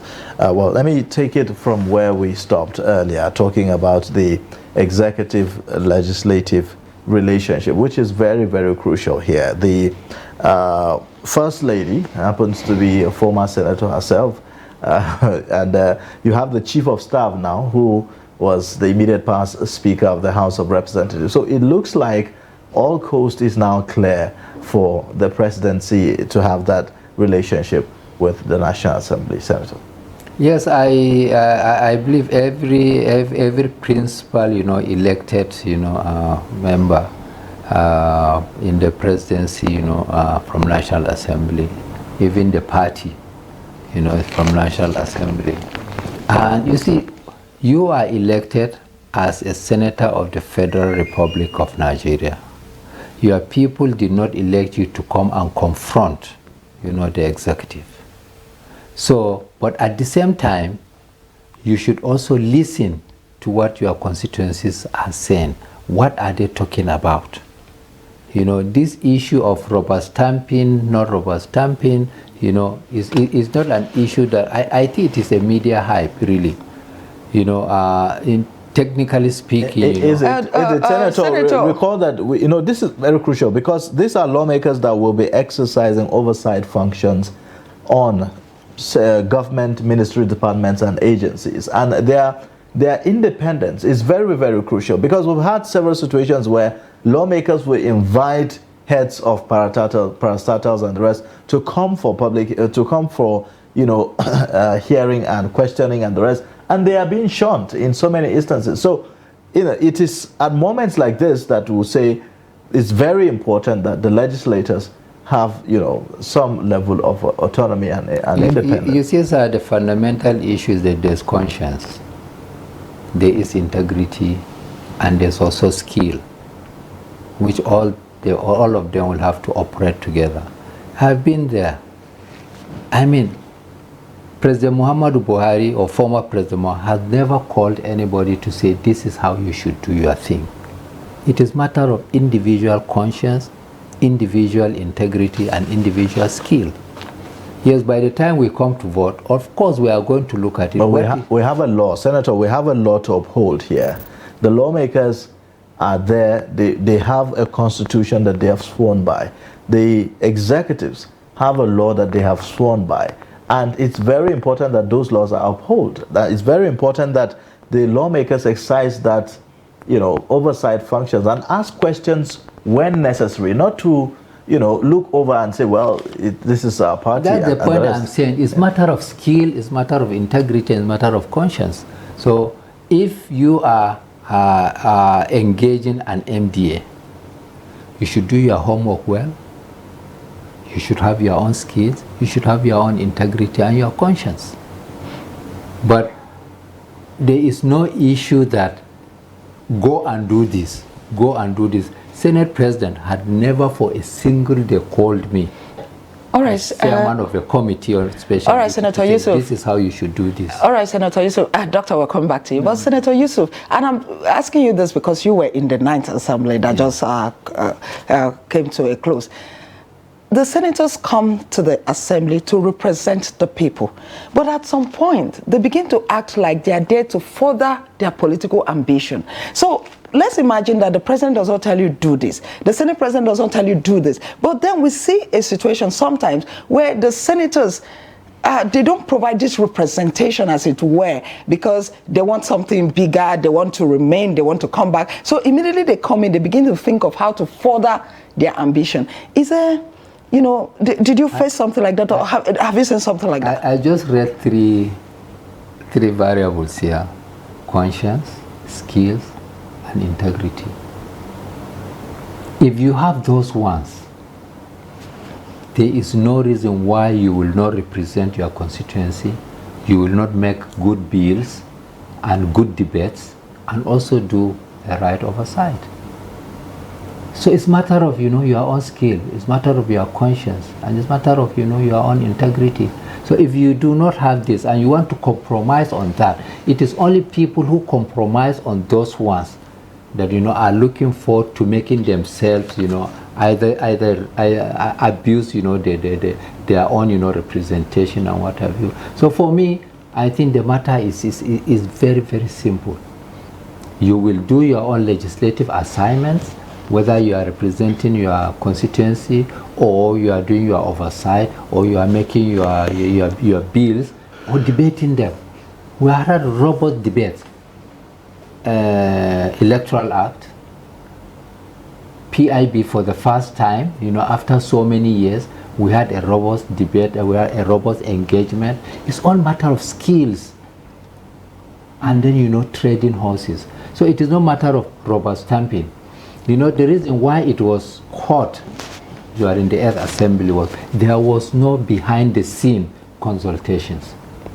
All right, Doctor, he says it's not about rubber stamping. He says that this cordial relationship aids the legislators to do their work. How would you rate the 9th Assembly? Would you say, yes, this was an assembly that had a good relationship with the president? Would you say that they carried out their duties the way the people they were representing would have wanted? That is relative anyway. But if you look at the 9th Assembly, I would personally say that the assembly performed, well. Where people have reservations is, about certain requests by the executive that people felt that did not receive a thorough consideration of the legislature, especially this borrowing and the rest. So people feel that, look, this is not in the interest of the nation. But if you ask me, I would say most of the time people say that because the decision of the legislature does not go the way they expect. And if you look at it, these are elected representatives of the people. So you expect that they put the interest of the people, as the paramount consideration while attending to executive requests. So I want to give them that benefit that they acted in the interest of the nation. But, from a layman's perspective, an analysis of, so many Nigerians, people have the view that certain decisions were taken that ought not to have been taken. But that's it. What I can say is that in terms of the 3 basic functions of the legislature, lawmaking, oversight, representation, you can give the National Assembly, both the House and the Senate, above average. In the sense that during the valedictory sessions, the figures are there. The number of bills, number of motions, the representation. If you look at motions moved at the House, at the National Assembly generally, quite a huge number, large number. The bills, enormous. In fact, as we are talking, the president is still assenting to bills passed by the 9th Assembly. So I think overall, the Assembly performed very well. Okay. But it leaves the 10th Assembly with a bigger task. All right, well, the bigger task. Let's talk about that, Senator Yusuf. What's the big task ahead of the 10th Assembly? You being a member of the 9th Assembly, what should be the focus, in your opinion, of the 10th Assembly? Well, thank you very much again. You see, the amendment of the Constitution, there are a lot of issues in the Constitution that needs to be amended once again, especially the local government. We tried in the 8th, we couldn't succeed. We tried on the 9th, we couldn't succeed. And not that the National Assembly is not passing the laws. We are passing the laws. But you see, once you are amending the Constitution, you require 2/3 majority of the states. And the governors, sat down and insist that I think under section 14 of the Constitution, or so, I cannot remember exactly, that they have an overriding powers over local governments. And therefore, they will have full control of the finances of local governments. I think that is one issue that, the National Assembly, the 10th National Assembly should look into. Number 2, the Electoral Act. We saw how we practice the Electoral Act of 2022, how difficult it is, how challenging it has been, how abused, some of them are. So they need to look at the Electoral Act again. They need to look at this issue of revenue generation, because revenue generation, the revenues that we generate is becoming inadequate to even service, our loans. So they need to look at that area. Another area I think they should look, is this issue of unifying this country. We came from this issue of Muslim ticket, and therefore, it has hit the country very, very much to its rock bottom. And therefore, they should look at it. How are we going to neutralize this? To make this Senate to look at a supporter of this religious bias as some people will look at it. So, and they need to engage the executive very, very well through behind consultations, because behind consultations are always excellent if you have serious issues to contend with. I could remember, during the Ninth Assembly, there was a committee, loose committee generated, President, Vice President, Senate President, Secretary of the Government of the Federation, what do you call, the others, there are a few of them, Chief of Staff. So this committee was loose, but it's a committee that was sitting down to look at, including the party, to look, how are we going to bring all contentious issues together so that we look at them behind the scene, so that by the time you go to your executive side, we go to our parliament side, we will be able to say that we are reading each other well, so we do not have to confront ourselves. Now, the Chief of Staff has a very, very big role to play. Although constitutionally he is not recognized, but he has to do a lot of work behind the scene. Fortunately, he's from National Assembly. He was Right Honorable Speaker. So I believe, there should be a very strong engagement between the executive and the legislature. Also, I talked about, cooperative and consultative federalism.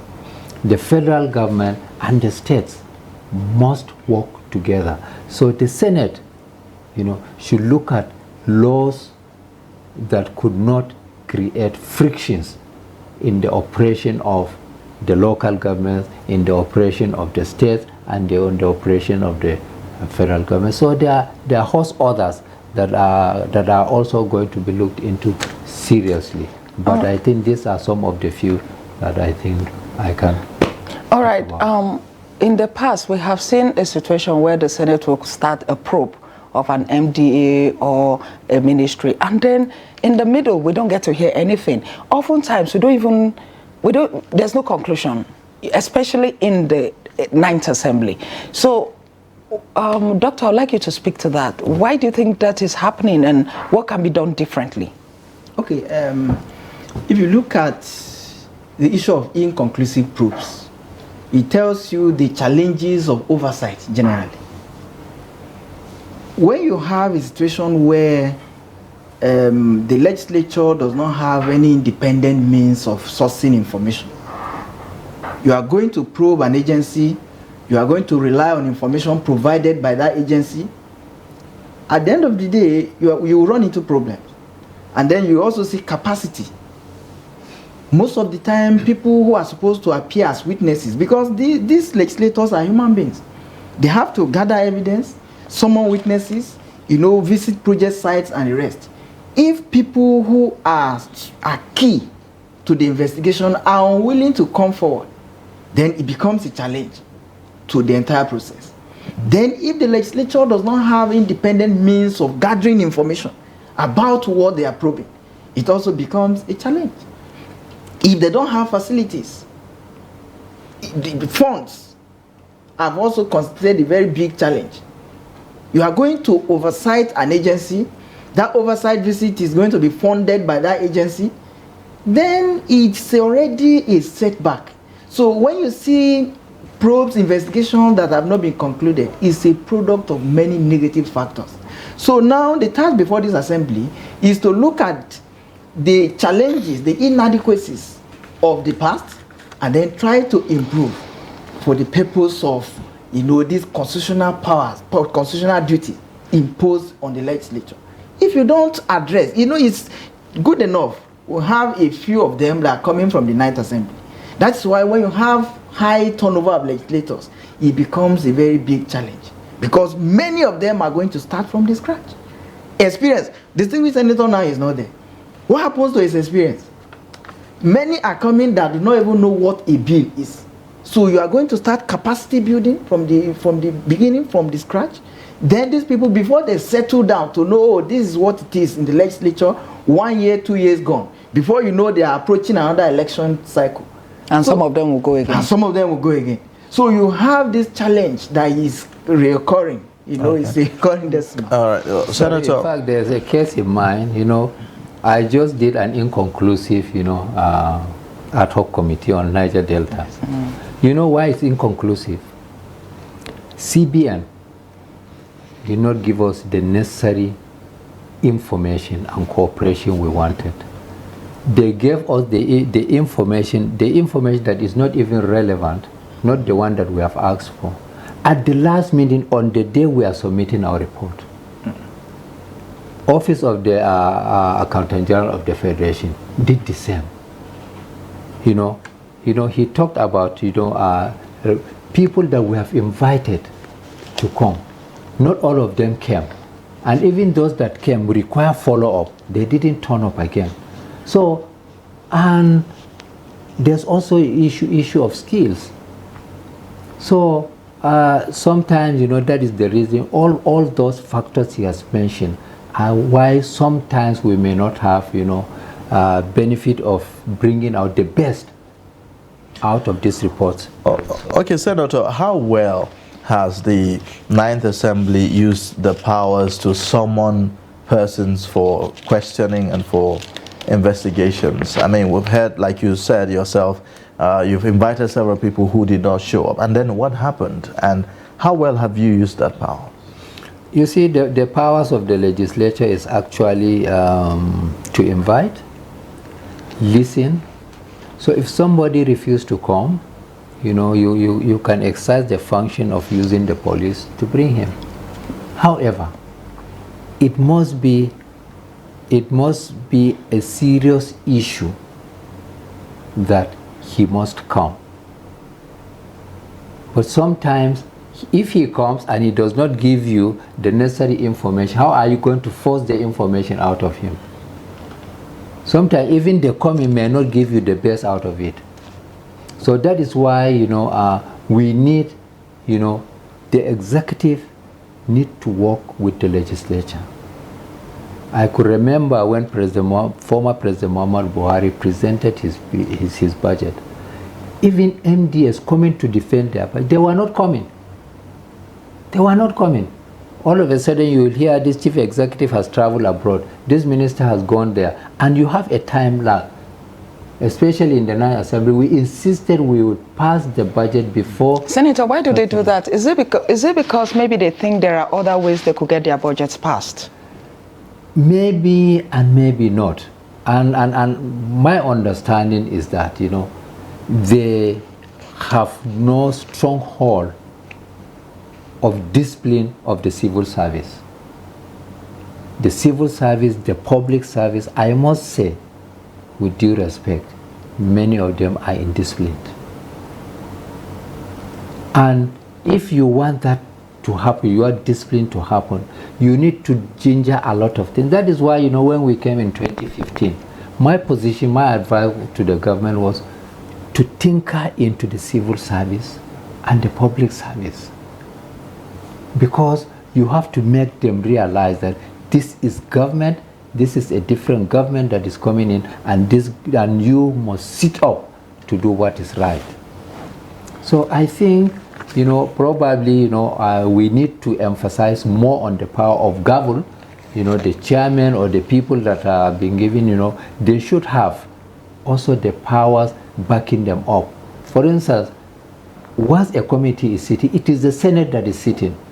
So as a senator using his gavel is like the senator using, like Senate President using his gavel. But Senator, there are allegations in some section of the country that when an issue is breaks and then the issue is on the front burner, the Senate would jump on it, the Senate or the House of Representatives will jump on it and then call for a probe and all of that. And when that issue dies, the Senate keeps quiet. So also. I'll tell you some of them what happened. Information, allegations. You know, you investigate an allegation. So once somebody made an allegation and you do not have enough information to pursue that allegation to logical conclusion, what will you do? You just have to submit a report that probably subject to further debates. You know, we have a lot of, these issues that you talked about. Yes. What will you do? No information, no enough information. Some investigate. I mean, some allegations are frivolous, and you cannot. Your member stood up and said that alleging this, and you have come to find out your member is making a frivolous. So sometimes you allow it to die down. And sometimes the involvement of government. If you are investigating something that is supposed to be legislative and not a criminal thing, if you decide to criminalize, issues, you are only passing resolutions to the executive. So many resolutions were passed, and they were passed to the executive. It's the executive that is to follow up. So if you don't hear much, resolutions have been passed, executive has not followed it up, of course it dies down. Senator, we've had several, and we've seen and watched several videos where people will appear for such questioning, and we hear them making allegations on the members of the committee probing the issue, saying things like, oh, he demanded so and so money from me and I didn't cooperate, which is why he's being personal on the case, on the matter, and the rest. We've heard such allegation, the rest. Could you speak to that? Have you heard of this thing they say, corruption fighting back? They're all issues. Recently, about the Air Nigeria. Minister Hadis Rika is saying that because he did not accept the request of the chairman of aviation of House of Representatives to be given 5% of the deal, that is why the matter has now cropped up. Whether that is true or it is frivolous, but we know from the little investigation we had, the aircraft that was brought into this country was not Air Nigeria. It was not an aircraft belonging to Nigeria. It was Ethiopian Airline. They just painted it into the Air Nigeria color. It came, it landed a day or two to show Nigerians this is Nigeria, because he promised that he will do these things, before the end of the tenure. And okay, but how much synergy is there between the National Assembly and agencies, investigative and intelligence agencies, in terms of providing information? Earlier, you talk about lack of information when allegations are raised. So, say for instance, the EFCC, the NIA, and some of these intelligence organizations, how much synergy do you work with them in your committees? My brother, we try to do a lot of synergy, but it is always difficult because people look at it from different mandates. The mandate of EFCC, is different from the mandate of National Assembly. And therefore, for you to synergize, you have to work very, very closely in terms of data availability, in terms of, our proper consultation, in terms of trust, in terms of respect, in terms of skills, in terms of integrity and conscience. So these are issues that sometimes will come to play. If you are investigating an issue and you know that in the final analysis it will go to EFCC to investigate, or you will ask the president to ask EFCC to investigate. Now, if EFCC is already investigating that matter, so you will have little, synergy, looking into. So I believe we need a lot more, collaborative, engagements between, the executive and the legislature. Okay. All right. Well, we'll put a hold now and then go back to the National Assembly, where the House of Representative members are in the process of voting, and then we'll be back shortly.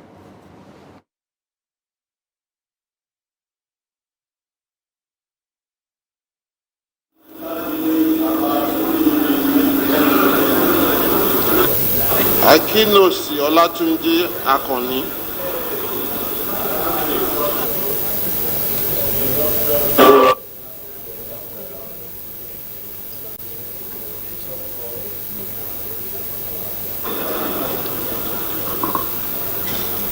Isiaka Nasru Adegboyega. On behalf of the people of Yewa North Imekwa from Federal Constituency of Ogun State, the gateway to the nation, I vote Honorable Tajuddin Abbas, PhD. Abiodun Ishaq Akinlade. My name is Right Honorable Akinlade Abiodun Isaac. On behalf of people of Yewa South Ikpokia Federal Constituency of Ogun State, I vote for Right Honorable Tajuddin Abbas, the man of destiny.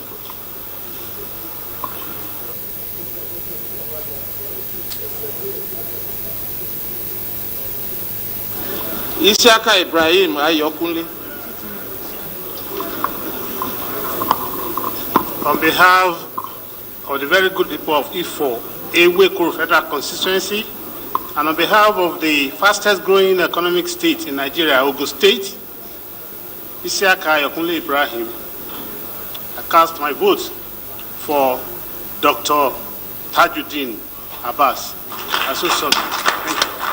Adegbeso Joseph Folorunsho. On behalf of my federal constituency, Jebu North, Jebu East, Ogun Waterside, I rise to cast my vote for Right Honorable Tajuddin Abbas. Ogumbanwo Adeleke Olufemi. On behalf of the financially prudent people of Ijebuland, I vote for Honorable Tajuddin Abbas.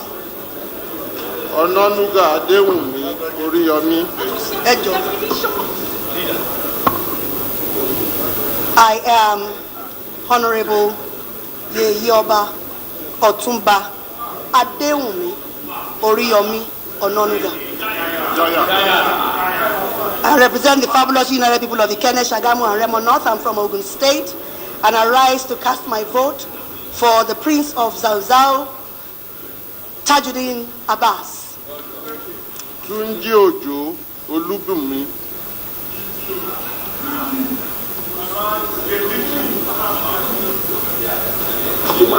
I rise to cast my vote for a detribalized Nigerian, the embodiment of legislature and the man that has created so many opportunities for the youth by virtue of legislative experience.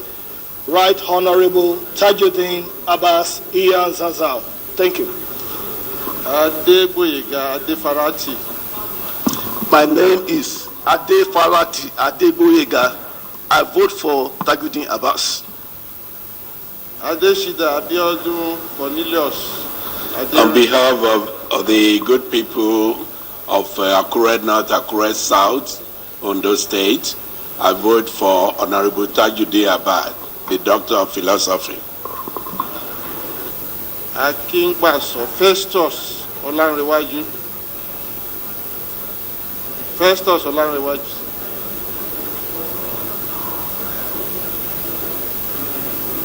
Member-elect Festus Olanrewaju.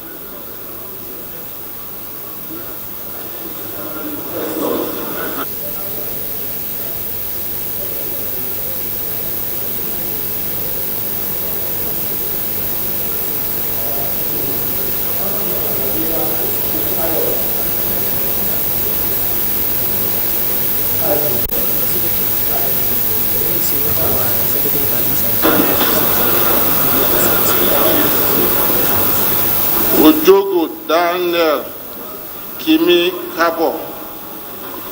Donald Kimi Kabo. The name is Ojogo Donald Kimi Kabo.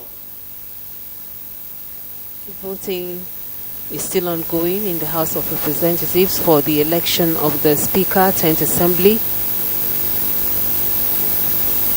The voting is by open ballot. Each member-elect has to call out the candidate of his choice, and we have 3 contestants vying for the office of the Speaker, 10th House of Representatives. Now, according to the standing orders of the House of Representatives, for a candidate to emerge as the Speaker, he or she has to secure 1/2 of the total. Honorable Dr. Tajuddin Abbas. Thank you. Okunjimi John. Member-elect. I, Honorable Okunjimi Odimayo, vote for Tajuddin Abbas. Peter Abiodun. Makinde Peter Abiola, sorry. My name is Honorable Dr. Abiola Peter Makinde, representing the good people of Ondo, East West Federal Constituency. I rise to vote for Dr. Tajuddin Abbas. Amina. Oluwatimileyin. Adelebe Oluwatimeyin. I want to cast my vote for Tajuddin Abbas. Emmanuel Olusoya. For all of us, as we embark on a new chapter in the 10th Senate of the Federal Republic of Nigeria, my speech is on my behalf and also on behalf of my Deputy Senate President of the 10th Senate, a very humble personage who have been humbled by the events of today, distinguished Senator DAYBREAK Barrow. We are both very happy to have been given this opportunity, and we show gratitude to Almighty God. We also want to thank God on your behalf, and especially congratulate all of you who have just been sworn in as senators of the Federal Republic of Nigeria for being able to wade through the very difficult elections that we passed through. I described that last election as the first cashless election in Nigeria, the 2023 elections. In some states, we had tsunamis, and in others, we had some of our colleagues returning. But I think the number of senators that returned were about 30 or thereabouts. And those that came fresh into the red chambers are about 79 in number. But today, everybody is ranked, having been sworn in. So I want to say once again, congratulations. Let me also thank the clerk of the National Assembly, the clerk of the Senate, and all the staff of the Senate and the National Assembly for their very, very valuable time and hard work, dedication to duties and commitments, and contributions to the Nigerian Federation. I want to say, I don't know how Senator Ndube puts it, whether he says first among equals or first one among equals or first among equals. There is a way he puts his own.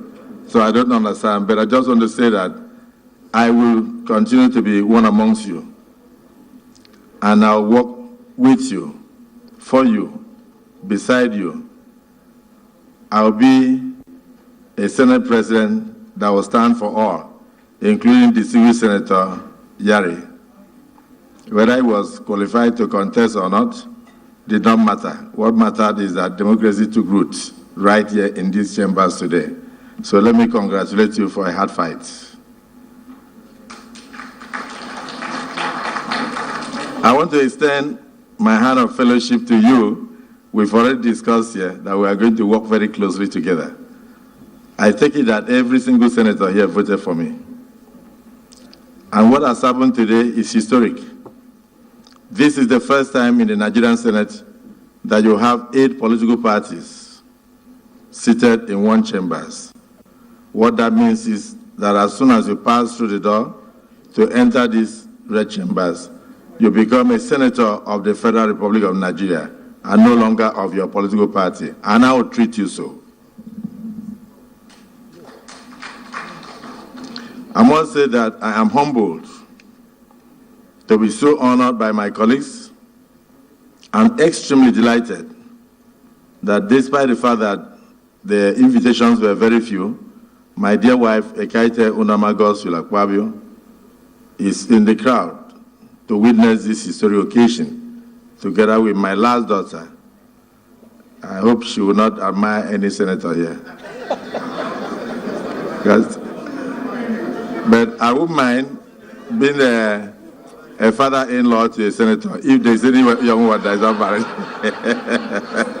So, my dear wife, congratulations for being a great woman, a woman of great virtue, an exemplary woman, and one that loves Nigeria, and one that loves humanity. May God continue to prosper and bless you and grant you peace.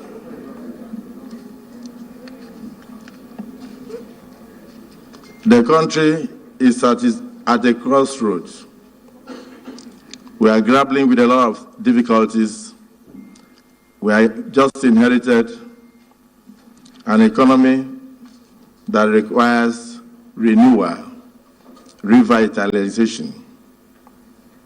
I want to thank our dear President, President Bola Ahmed Tinubu, GCFR, and the Vice President Kashim Shettima, GCON, for the steps they've taken so far, which has given a lot of hope to the entire Nigerian Federation and even the West African sub-region as a whole. I want to assure Mr. President that no matter what name the Senate is called, we are here to do national duties. This Senate is about Nigeria and Nigerians. And so long as the policies that come to these chambers concern the empowerment and upliftment of Nigerians, we shall dwell and deliberate and then have robust debate on them with public hearings. We work closely with the executive arm of government whilst maintaining the normal independence of the legislature. So let me thank the President for the choice of Senator Godswill Akpabio and Senator Jibril Barrow, and also thank the party, the All Progressive Congress, for the zoning system that brought all of us, and especially thank my colleagues, my brothers, and my sisters in the 10th Assembly, the 10th Senate, for voting for us across party lines. This is the way we shall continue to be together. Whatever will happen here, we will think Nigeria, and will dwell on Nigeria, and will make a very big difference. I assure you that my reputation precedes me. My track record is there for all to see. We will bring about uncommon changes in the 10th Senate of the Federal Republic of Nigeria. I must say that today should not really be a speech-making day. It should just be a day for all of us to thank God that none of us was consumed by the COVID. Mine is to pray for you, as you have honored me and honored my brother, Jibril, that God will also continue to honor you, and God will be there for you and your families. Something that I always feel in my heart, may none of us ever be a next item in the 10th Senate. Can we say amen? I used to feel very bad whenever we come for sittings and they will say we have to adjourn, and then they will say stand up for 1 minute silence, and 32 seconds later they will say may he or her soul rest in peace. The next thing they will say clerk, next item.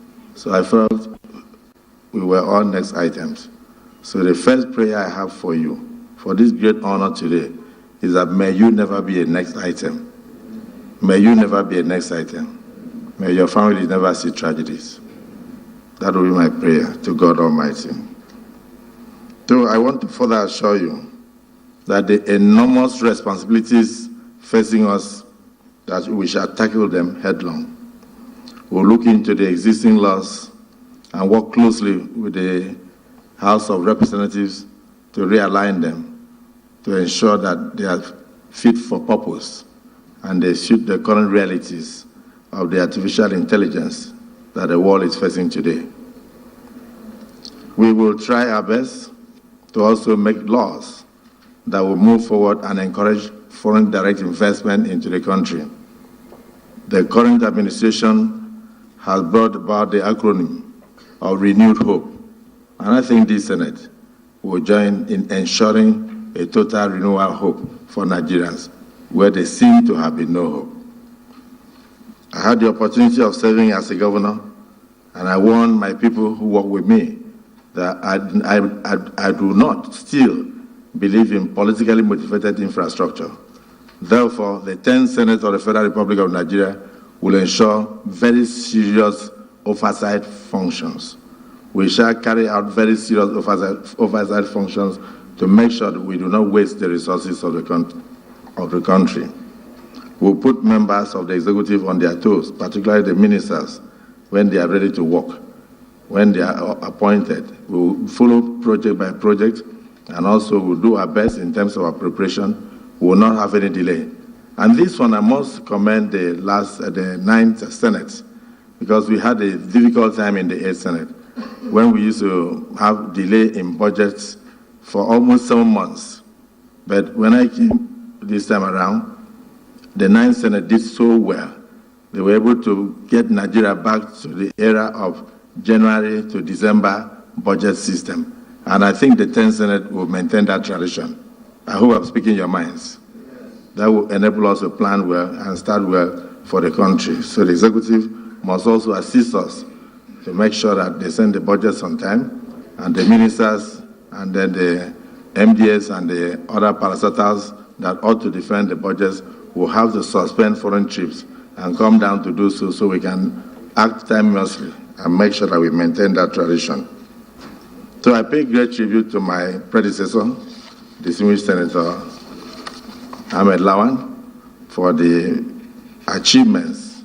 The number of laws passed were unprecedented, and particularly the SDGs, the numerous projects strewn around the country that were completed, unlike in the 8th Senate, when we had what they call budgetary approval, and then they said no cash backing, and so we had a lot of abandoned projects. I do hope that this current administration will also work closely with us to give us 98 to 100% releases and not just approval without cash backup. So we'll work closely with the executive in that direction for the benefit of the constituents. So I assure my colleagues that yes, indeed, God has given us this opportunity. Every generation, according to Frank Fanon, must, out of absolute obscurity, discover their mission. And when they do so, they either fulfill the mission or they betray the mission. This Senate, the 10th Senate, we have discovered our mission, which is a mission to renew hope in Nigeria, a mission to ensure that we revitalize the Nigerian economy, working closely with the executive. We will not betray the people of Nigeria. I will not betray that intention. So, my dear brothers, government is a continuum, and the Senate is no less. We shall therefore further strengthen the legislative space in continuation of the laudable efforts made by the 9th Senate that I've just referred to. Some of the issues that will concern us will be gender matters. We don't have a lot of women in the Senate. I'm not suggesting that you give your spaces to women in the 11th Senate, but we ought to have had more women here. But we have only 3 women in the Senate. So I want to congratulate them and pray that next time we shall have more women, but not my seat, maybe any other person who wishes to handle it. So we shall pay particular attention to issues relating to persons with disabilities and the vulnerables in our dear society. We will engage in any legislative action that will bring about empowerment and stop our youth from being recruited into banditry and then unknown gunmen, Boko Haram and others. We'll pay attention to insecurity. We'll work closely with the executive to ensure that we can sleep with our 2 eyes closed, and then we can also travel by rail, by road to any part of the country without fear, let, or hindrance. We will expand legislation to improve the revenue stream in the country. Our current president has a track record in that respect. When he became a governor in Lagos State in 1999, I think Lagos was not getting more than 600 million or thereabouts in a month. But today, with the programs he put in place, they say Lagos is getting between 50 to 61 billion every month as internally generated revenue. Nigeria can do so. We can improve the revenue of this country so that we tackle most of the debts that we have strewn all over the place. The president has already said that Nigeria must produce what it consumes and consume what it produces. And therefore, we will do everything to assist him to make sure that that dream becomes a reality for the prosperity of this great nation. So we must tackle issues that relate to new sources of revenue. We shall have a seriously forward-looking Senate that will emphasize on economic viability, social acceptability, tackle environmental issues, and then bring about sustainable growth. We must therefore, as a body, rise to partner with the government of President Bola Ahmed Tinubu to provide the required legislative framework and legal environment for him to anchor the policies and programs that he espouses for the country. Like he says, elections are over, governance has started, and for the 10th Senate, we are going to hit the ground running, and we'll make sure that our constituents are proud of us every step of the way. So let me say, distinguished senators, our roles as representatives and members of our individual political parties notwithstanding, there is every reason for us to support good policies and programs of the federal government and also look at what the states are doing. Because if the states are not doing well, there is no amount of work at the federal level that will have meaning. To the Nigerian people, I say this: your dreams, your aspirations, and your well-being will be at the heart of everything that we do in these chambers. I therefore urge you to continue to pray for us, but remain faithful, because we are steadfast and will remain united as Nigerians to ensure that your welfare is not taken for granted, and particularly the mandate that you have given to us is not abused in any way. Finally, I want to plead with you, distinguished senators, to permit me to offer special commendations to the President and Commander-in-Chief of the Armed Forces for the bold step he has so far taken, particularly in the issue of subsidy. If it requires legislative backing, we shall give.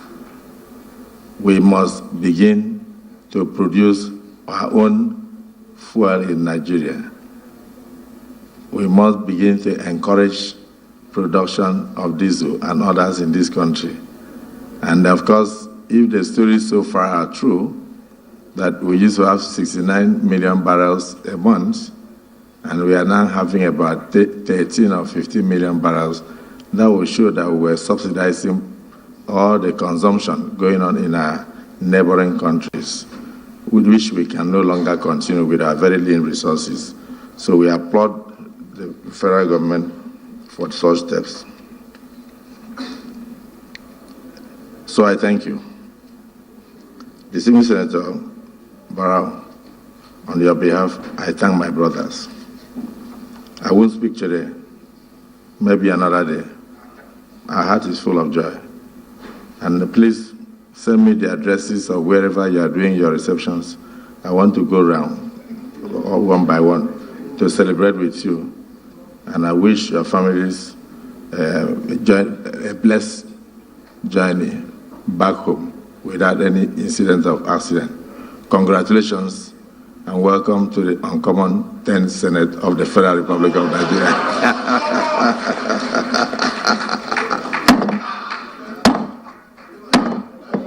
Right now,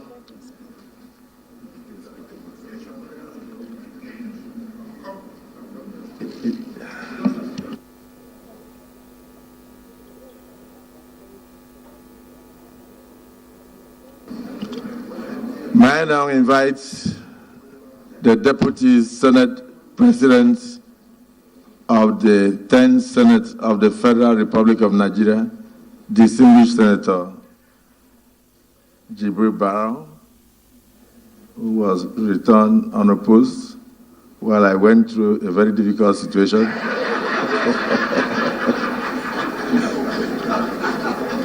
To now move a motion for the adjournment of today's proceedings. Distinguished Senator Barrow. Thank you, our uncommon Senate President. I am Barrow Jibrin, I represent Kano North, and I stand to move that this August Senate stand adjourned to tomorrow, the 14th day of June, 2023. I so move.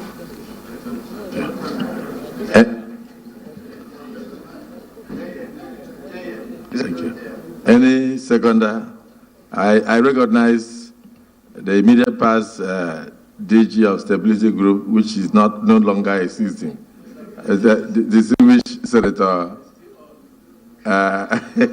distinguished Senator Ali Ndume, one of the landlords of the Nigerian Senate. Mr. President, distinguished colleagues, I stand to second the motion ably moved by our uncommon, unopposed Deputy Senate President, Jibrin Barrow. I so second. Distinguished senators of the 10th Senate, the motion for adjournment has been moved and seconded. Those who are in support of the motion say aye, and those who are against it say nay. The ayes have it. This Senate is hereby adjourned till tomorrow, at 10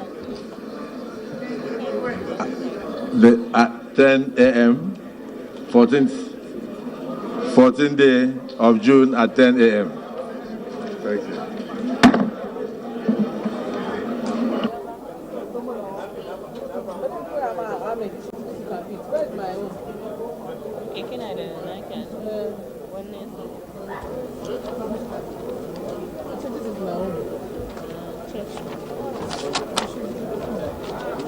Put the time by 11:30. Give me one of you want my own. Which one is your? Where is the third one? The Tony went with it. That is her own. I don't know. Look at her own. You should bring it. Don't worry now. We'll go and collect. Now we are all going to the assembly. I think that's that is all right. How are you? Wrong language. Yes. Our leader. Your concern. Have you off the discount?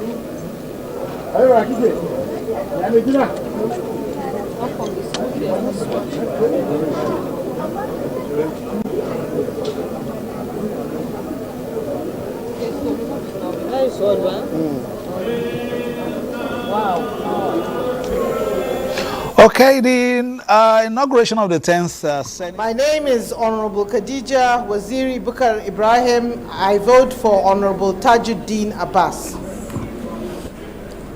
Gajere Mohamed Buba. My name is Engineer Mohamed Buba Jajere, representing Fika Fune Federal Constituency. My vote goes to Dr. Tajuddin Abbas. Zakaria Tijani Zena. Thank you. My name is Tijani Zanna Zakaria. I represent the entire people of Nguru, Machina, Yuspari, and Karaswa Federal Constituency. I'm from Yobe State. My vote is for Prince TJ Abbas. Thank you. Fatima Talba. I'm Fatima Talba. My vote is for TJ.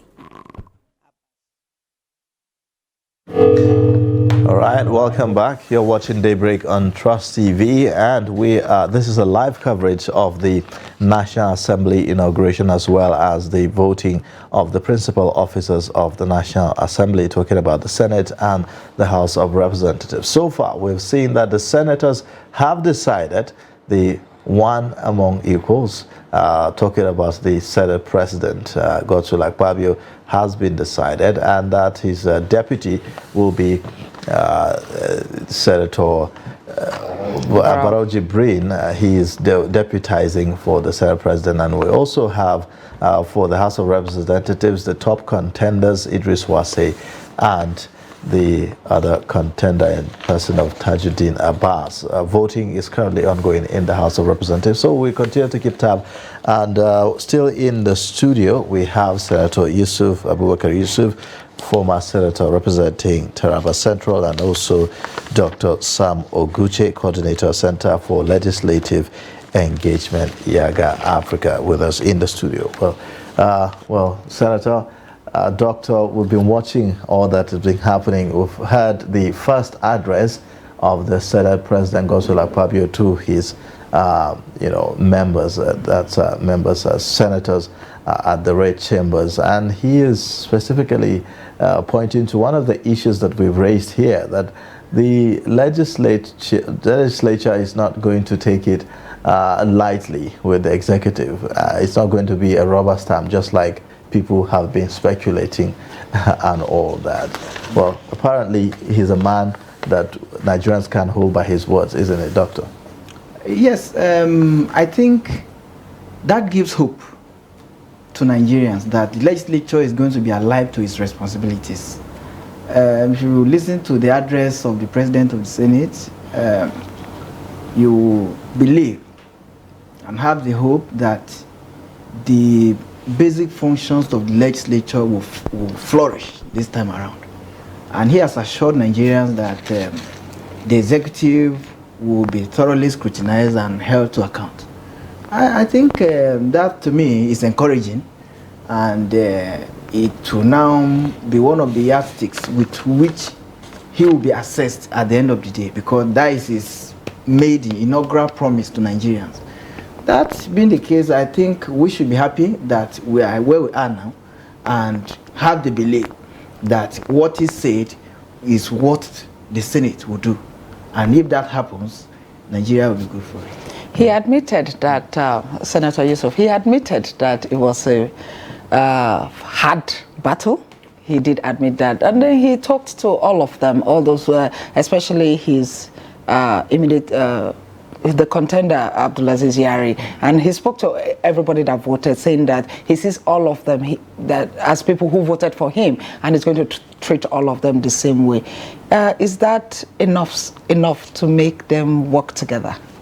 Well, preliminary, yes, because, for me, he has spoken well. You can see he was calm, and his disposition is just showing his colleagues, look, I am calm, I'm on this seat, I'll work with you. I'm not going to think of you as some who do not vote for me, because we are all senators of the Federal Republic of Nigeria. He said that as soon as you enter the chamber, you are no longer a senator of one party or the other, or a senator of one region or the other. You are a senator of the Federal Republic of Nigeria. And he tends to keep it so. And for me, it is comforting enough to say that, look, I have come to work with you. The way you voted me onto this seat, I'm one among equals, and I am also of you. That's what he said. So, and I think, it's comforting enough to tell them that, look, once we cooperate with one another, we will have a good relationship with the executive. And we are going to do massive, our oversight, because that is where his own area to focus, oversight. So I think it's comforting enough that from his statement that he's going to work well, and he's going to carry everybody along, including, his predecessor, his major competitor. He said, he mentioned those ones, and others may not even mention their names, but he took the privilege, to mention their names and even thank them. But it's one thing for him to say he's going to carry all of them along. What if they don't want to be carried along? What if they still want to form themselves into an opposition to work against him? You see, you cannot form opposition to work against the presiding officer once you are in the same party.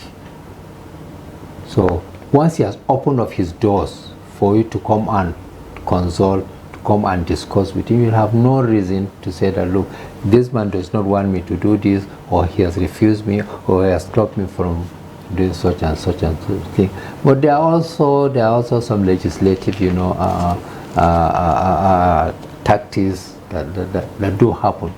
But the most important thing is that behind the scene consultation.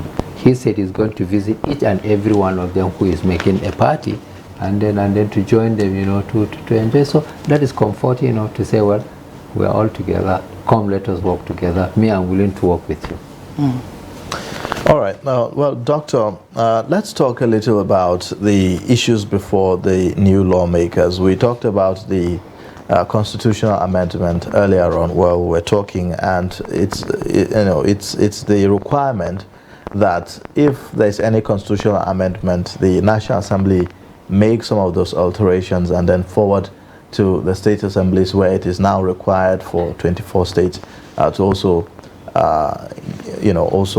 consider and also agree and approve some of the alterations and recommendations made by the National Assembly. In some instances, we've seen very, very critical provisions, very important provisions that failed to secure that two-thirds majority at the sub-national level, which eventually makes the constitutional amendments not fruitful at all. What kind of synergy do you think we can have between the legislators at the national level, beyond passing some of the provisions, and also reaching out to the state assemblies to ensure that they are on board and that they are on the same page with the national lawmakers? The Constitution has made it so that the legislature at the National Assembly cannot just alter the Constitution without the input of the states. Now, how do they make their input? It's by resolution. And you need two-thirds majority of the Houses of Assembly of States. Now, what you said is what has been playing out. And to me, it's not even a matter of synergy between the National Assembly and the Houses of Assembly of States. Because when you see the Houses of Assembly of States taking a decision on critical issues like constitutional alteration, they are not just speaking. They are speaking the minds of their governor.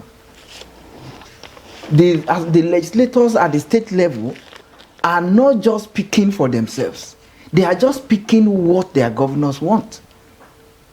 Okay, imagine a situation where, from previous experiences, we had alteration bills seeking to grant autonomy to state assemblies, and state assemblies will vote against it. We say we want to grant you autonomy, you say no. Is that normal?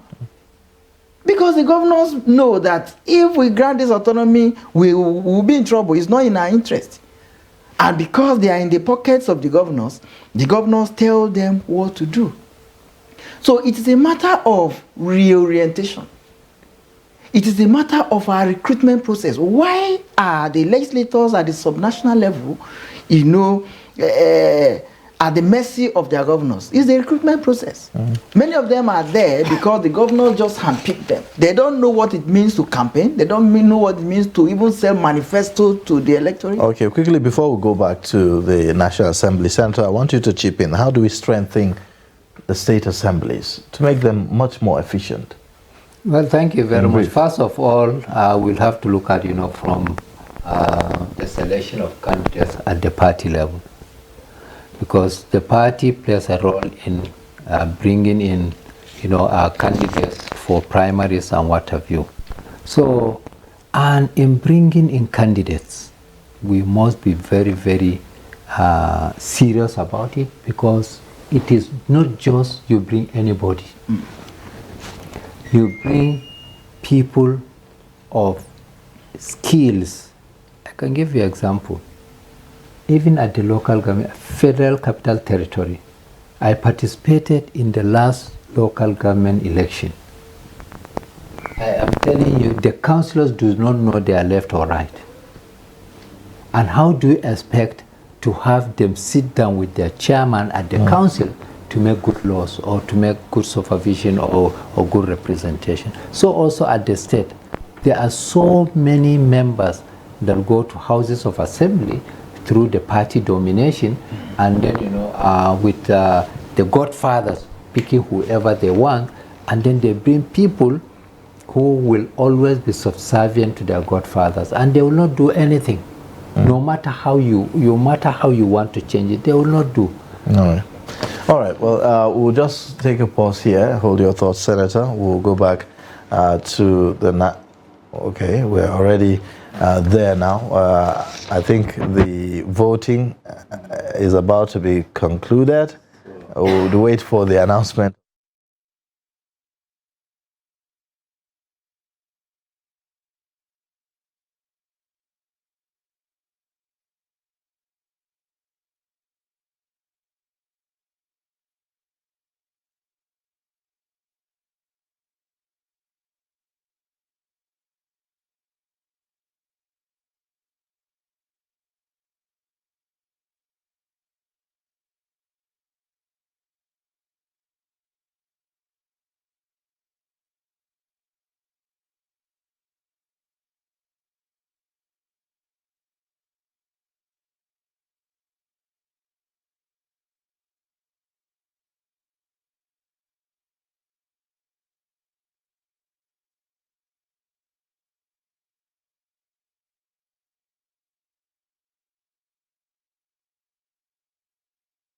To the National Assembly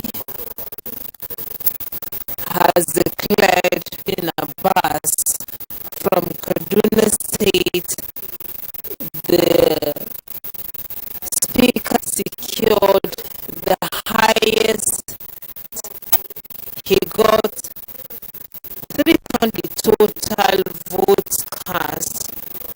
This was from Plateau State got 3 Jaji, from Zamfara.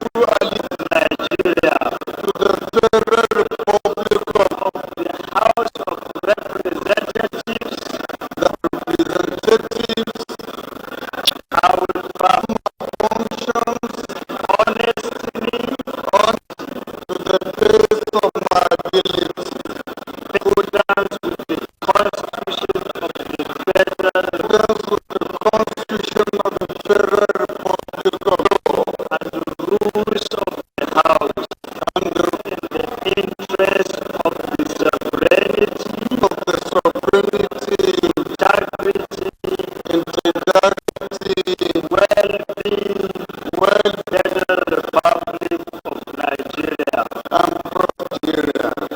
That I will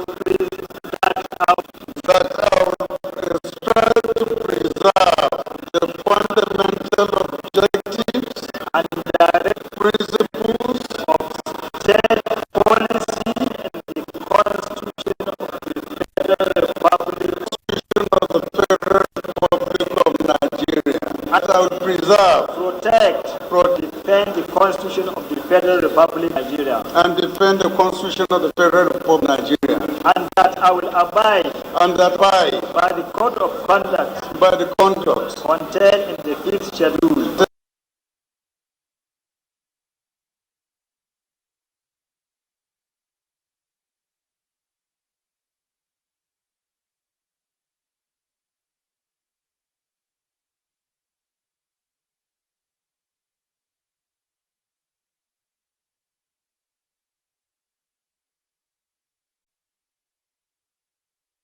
Clerk to the National Assembly, Sani Magaji Tambawa, just administered the oath of allegiance and oath of office on the Speaker of the 10th House of Representatives, Tajuddin Abbas.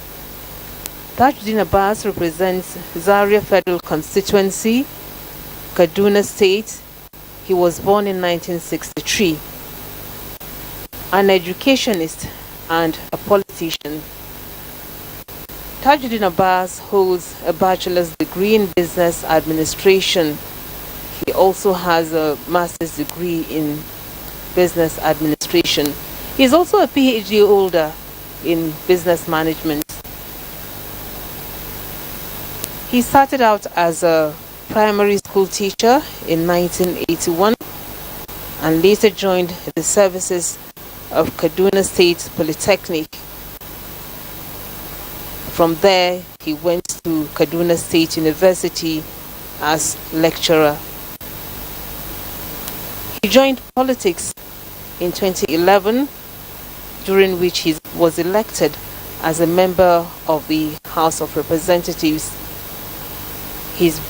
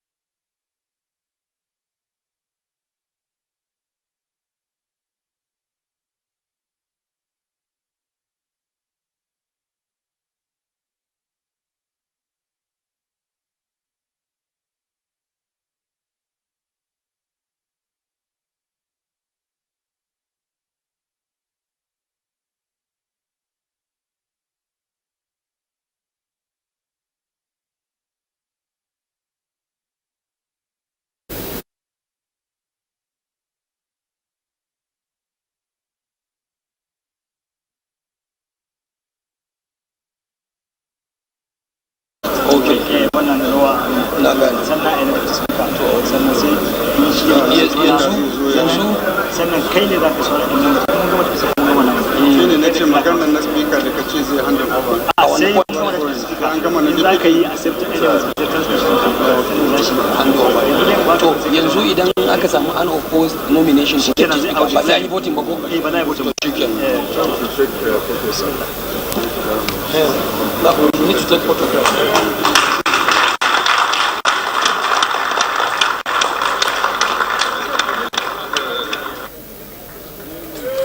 All right, we now know the destination of the gavel.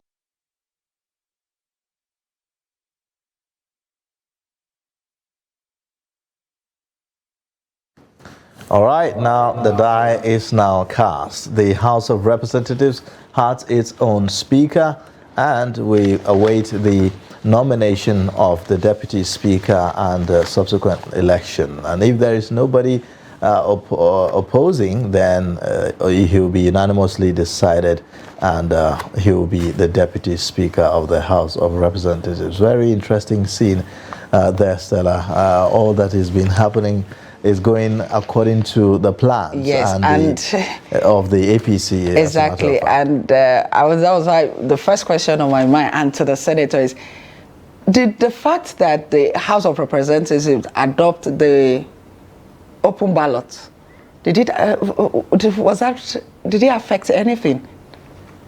Well, I think it does. It did. If there wasn't, this open ballot, I think the result we'll have the same winner, but the margin will be different. And the margin is huge. I mean, the winner got 353 and the others got 33. Against just 6.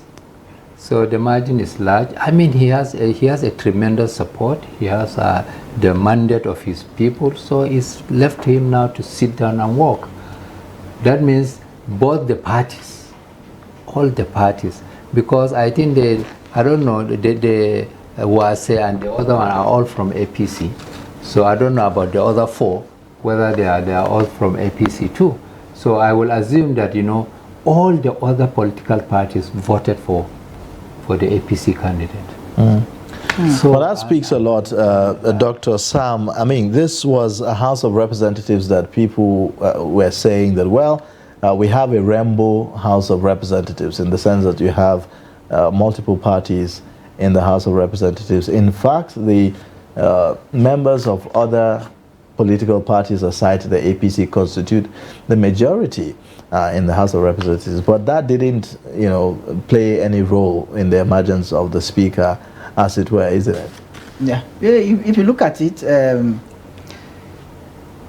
you have about 7 or 8 political parties and members from the opposition who ordinarily prefer to align with the ruling party.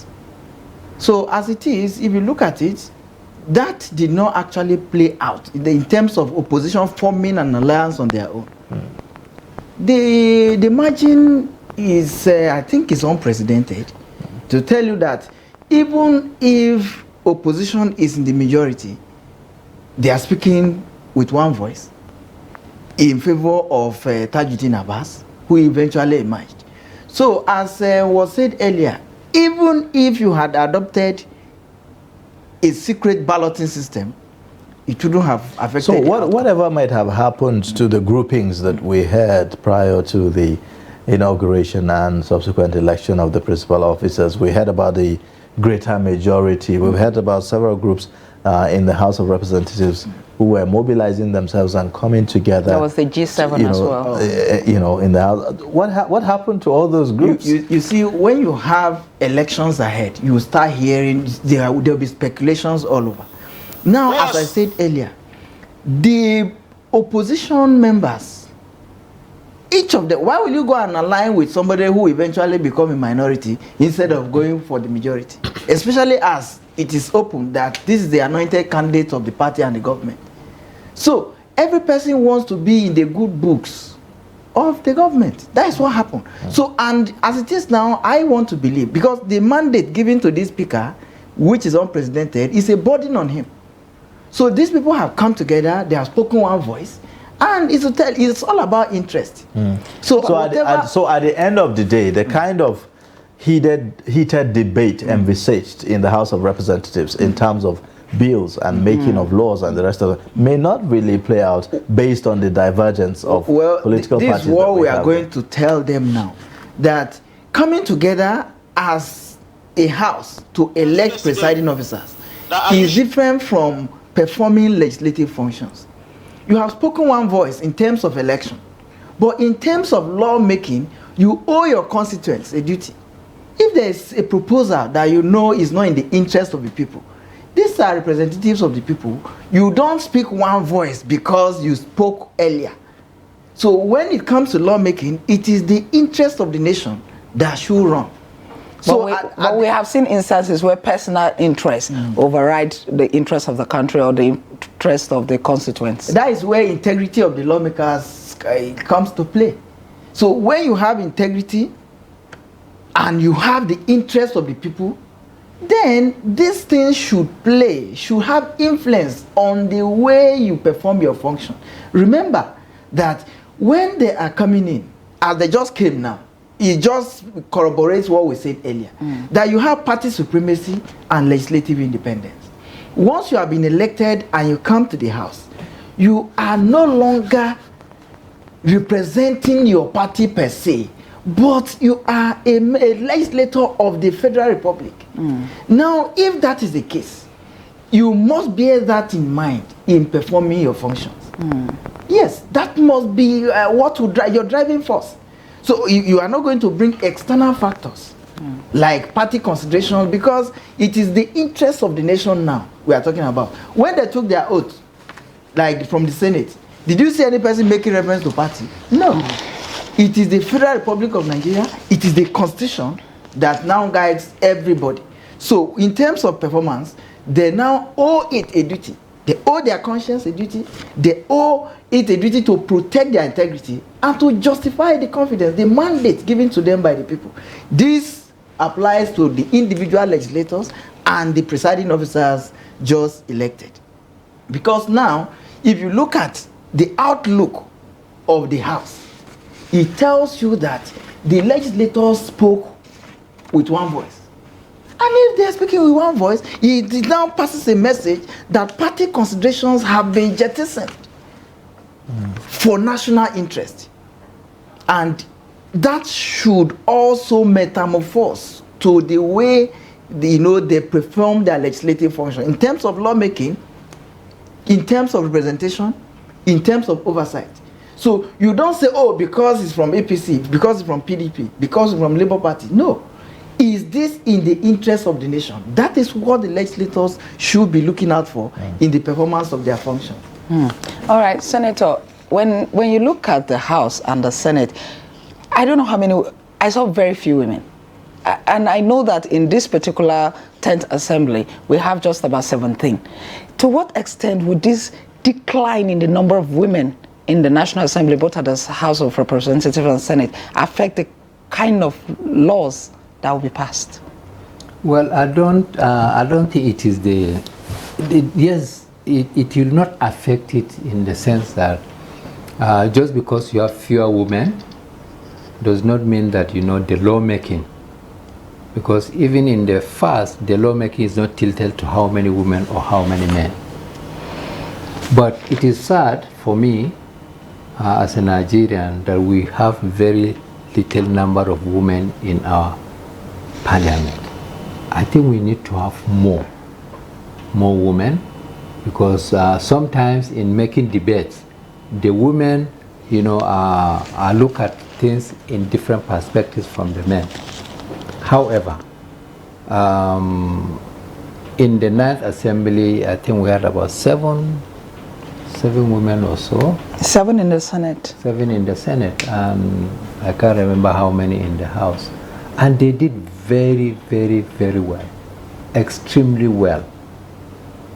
So we thought in the 10th Assembly we'll have more women, to give more participation of women.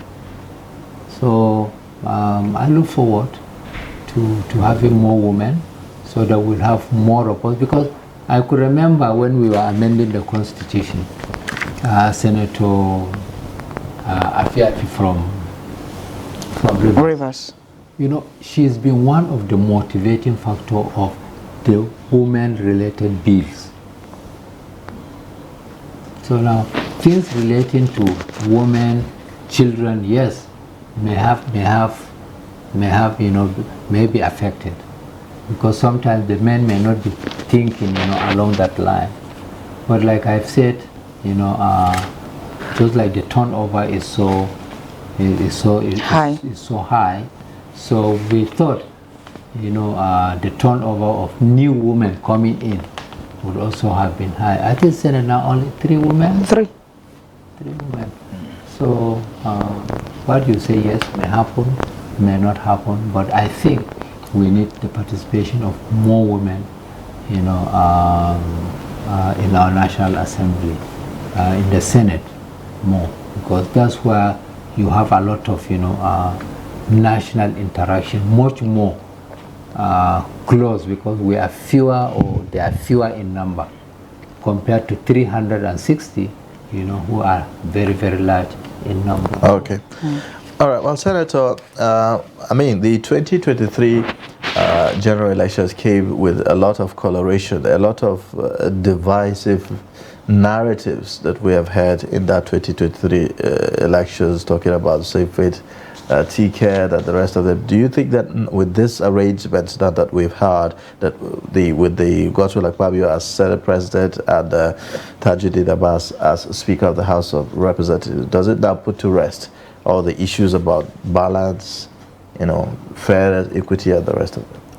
Well, I think I remember, you know, what our former President Babangida said. You know, the result of the election has actually, you know, shown, you know, the less impact of religion and less impact of regionalism.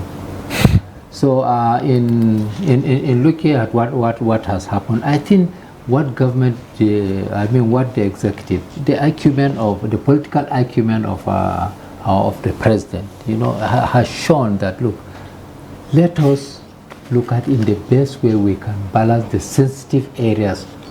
You know, sometimes the religion is more sensitive than even regionalism.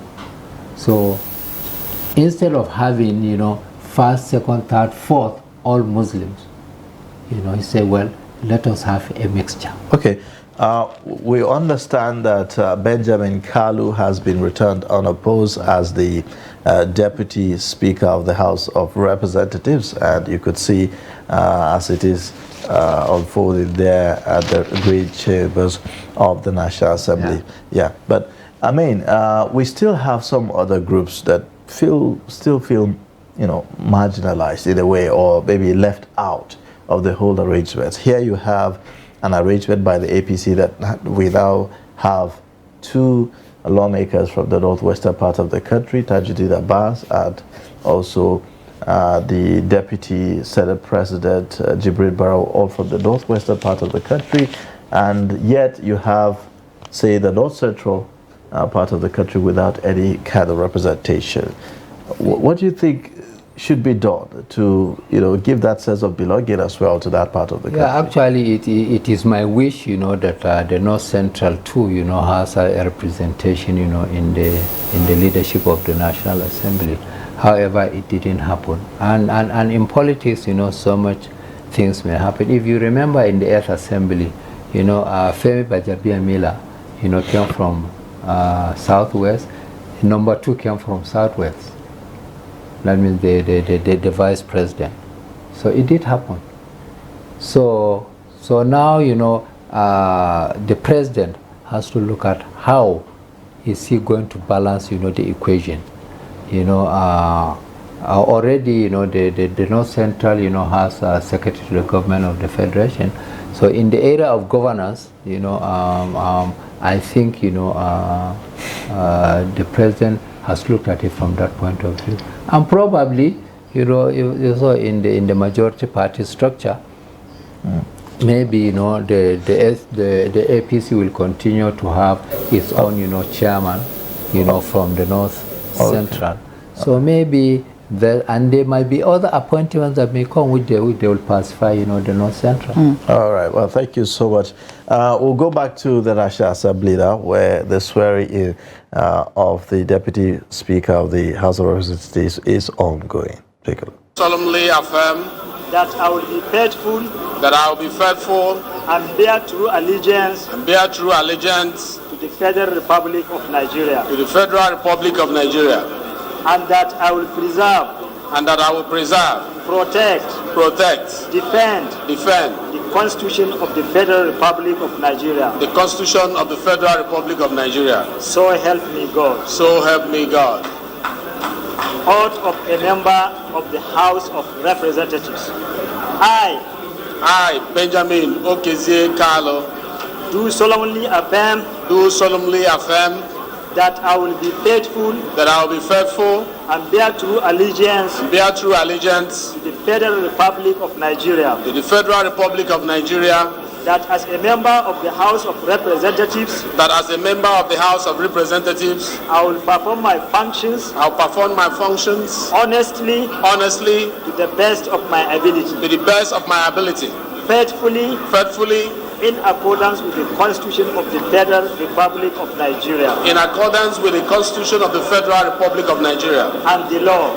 And the law. And the rules of the House. And the rules of the House. And always in the interest of sovereignty. And always in the interest of sovereignty. Integrity. Solidarity. Well-being. And prosperity of the Federal Republic of Nigeria. And prosperity of the Federal Republic of Nigeria. That I will strive to preserve. The fundamental objectives. And directives, principles of state policy contained in the Constitution of the Federal Republic of Nigeria, and that I will preserve, protect, and defend the Constitution of the Federal Republic of Nigeria, and that I will abide, by the code of conduct, contained in the fifth schedule, to the Constitution of the Federal Republic of Nigeria. So help me God.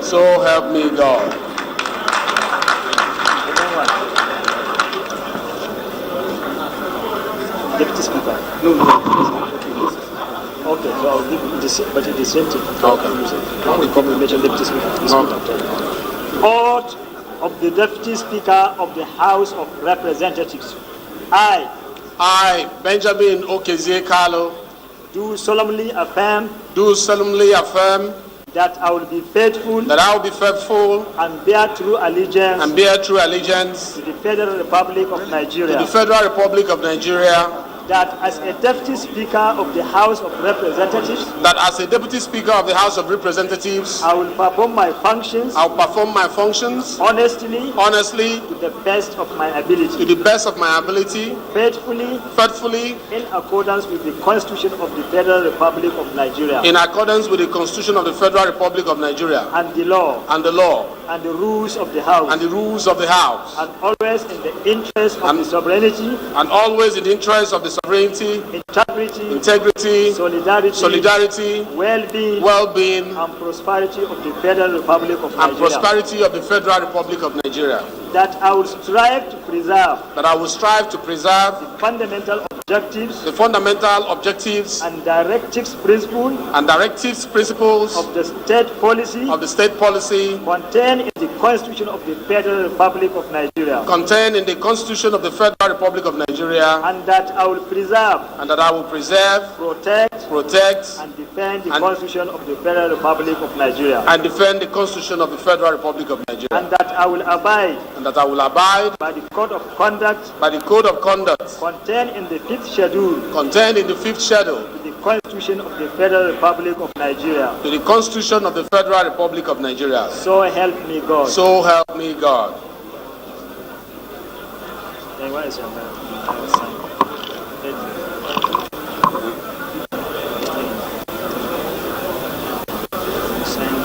My name? Yeah, you will mention it. Let him read out right. Let him sign. 19th day of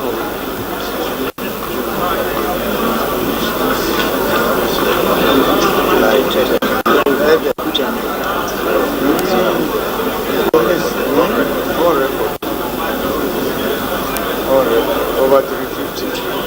Non-president. Yeah, then you sign and push the same thing.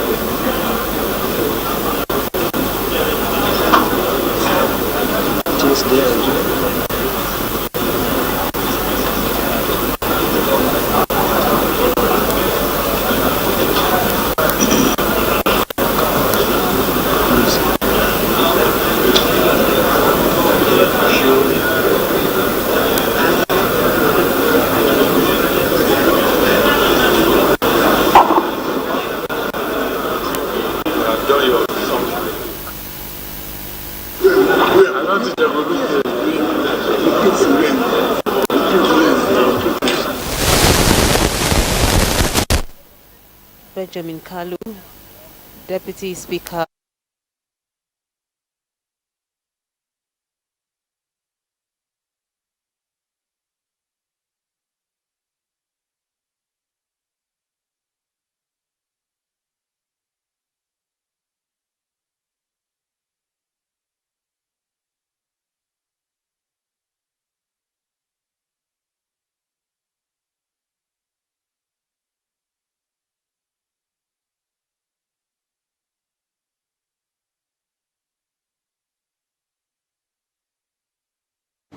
All right, welcome back. You're still on to Daybreak, reaching you live from Trust Television in Abuja.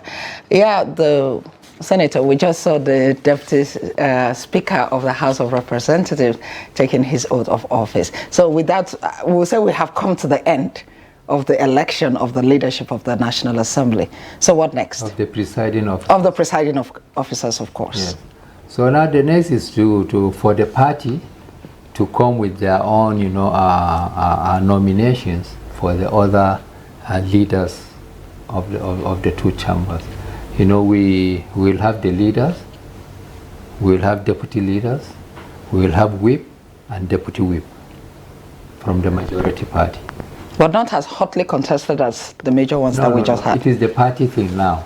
The contention will be at the party level now. It's behind the scene. They will just announce that this is the leadership, because there won't be any election for the leader, for the deputy leader, for the whip and deputy whip. There won't be any election, but it will be like the nomination from the parties and the endorsement of the parties, and that will be passed, to the houses to announce. So that will be the next thing to be done, so that you now complete the leadership, of the National Assembly. Is there a likelihood of having some of the principal officers in the 9th Assembly returning as principal officers as well in the 10th Assembly? We've seen certain figures like Adodogwa, who has been there, strongly pushing for the Tajuddin Abbas speakership.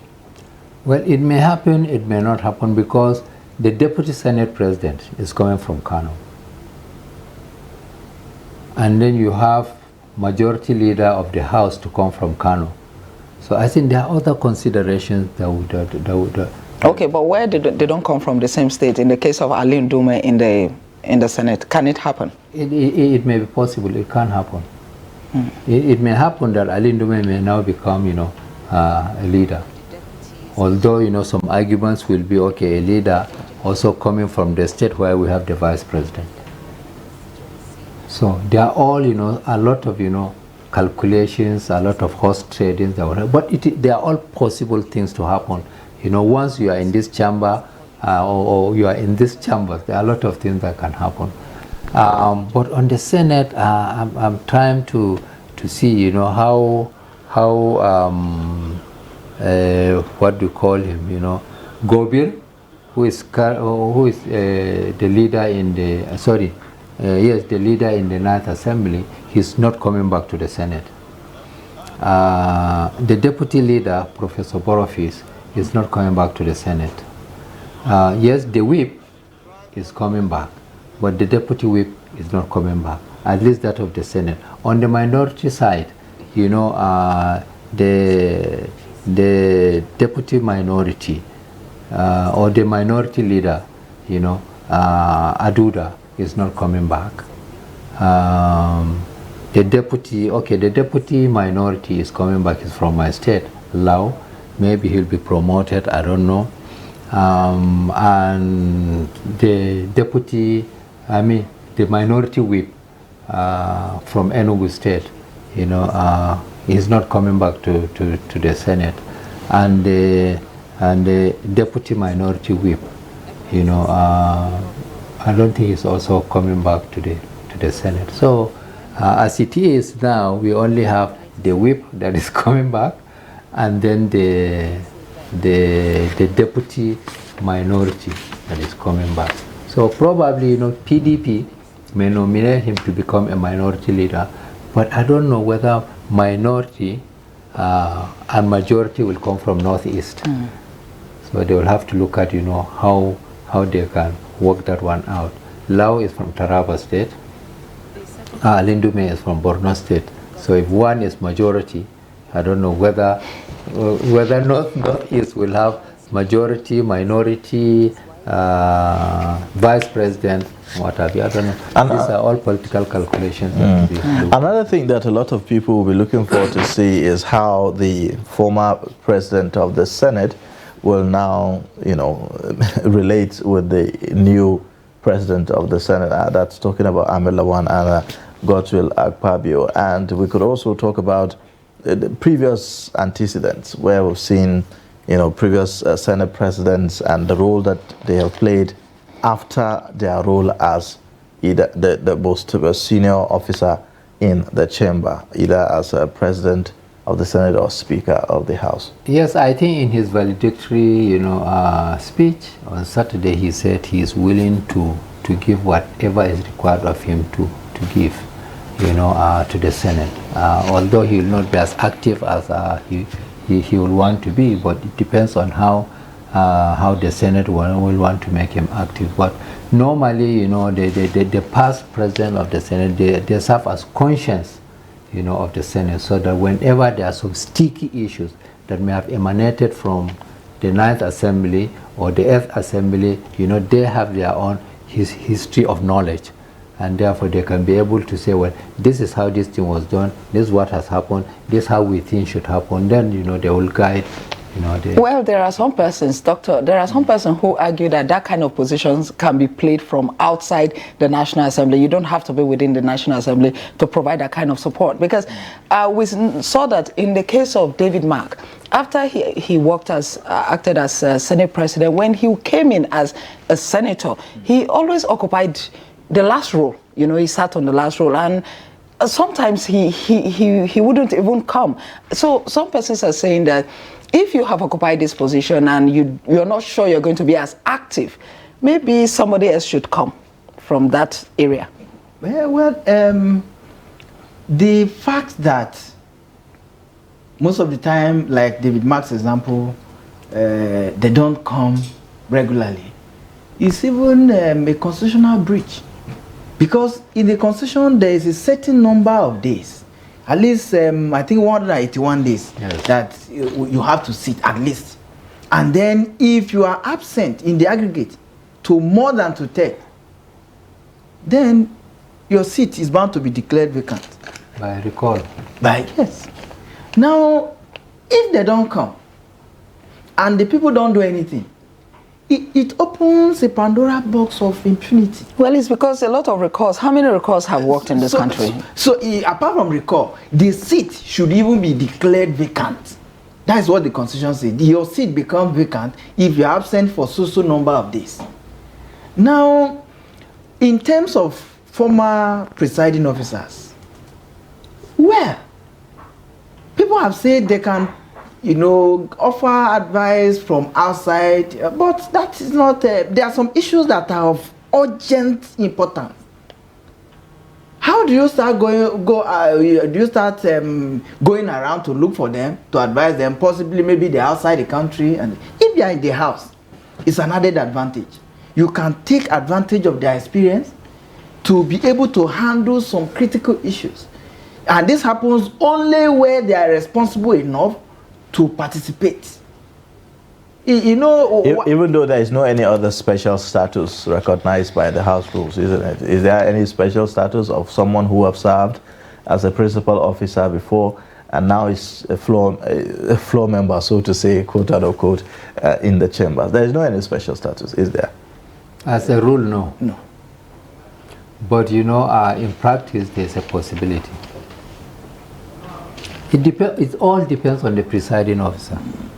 If the presiding officer wants to make him very, very active, he can make him active. But can the person go back as maybe a leader of the House or leader of the Senate or anything like that? But there can be what we call head of cells.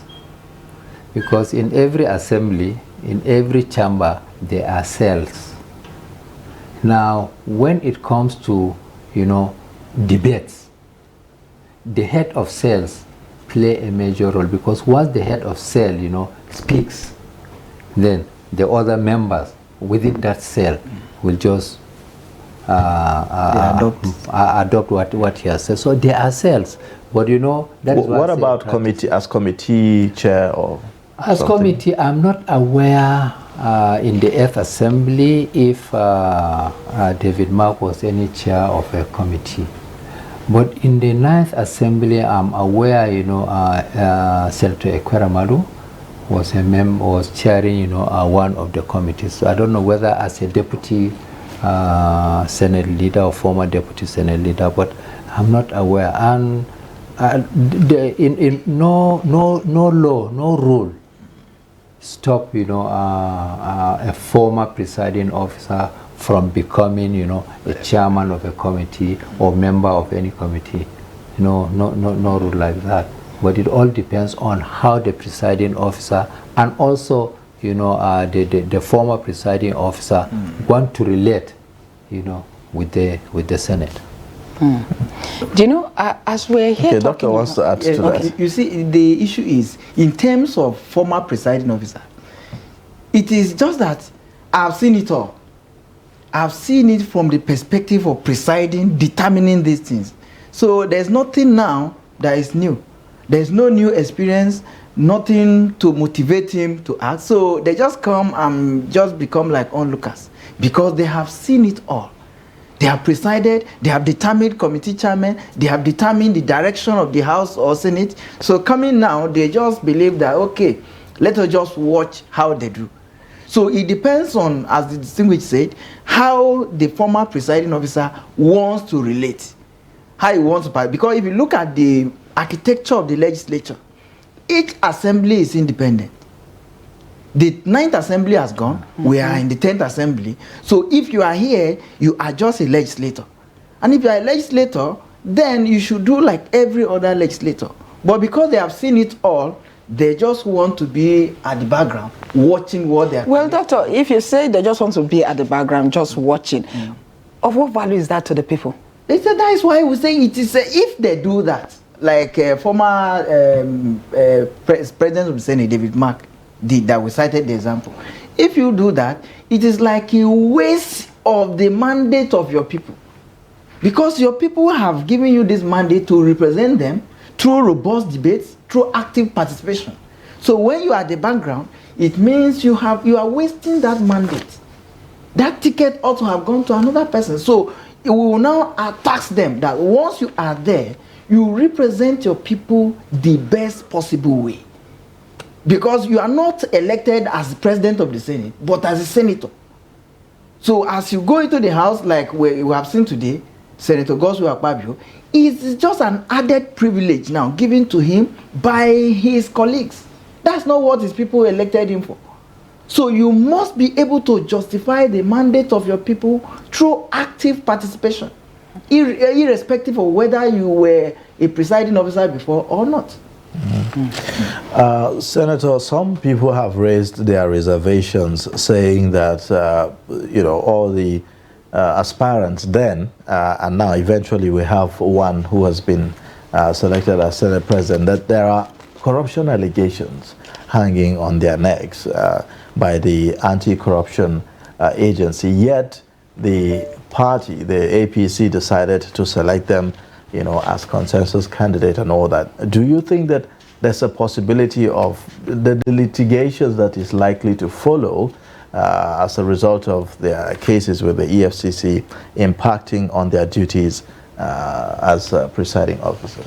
You see, in the 8th Assembly, I could remember, the Senate President then, Senator Bukola Saraki, had to go through, so many court cases on the basis of code of conduct. It wasn't an easy thing for the Senate. It wasn't easy at all. So, but it has won. The Senate was lucky, or he was lucky. He's been returned, not guilty. So, mostly what we have are allegations until they are proven, otherwise. And one may certainly, think that the EFCC, the ICPCs, as soon as allegations are made, they have the powers to investigate. And okay, while they're investigating, that's where the issue of, how does it affect, the Senate. But in this country, allegations are allegations, and that is our own laws.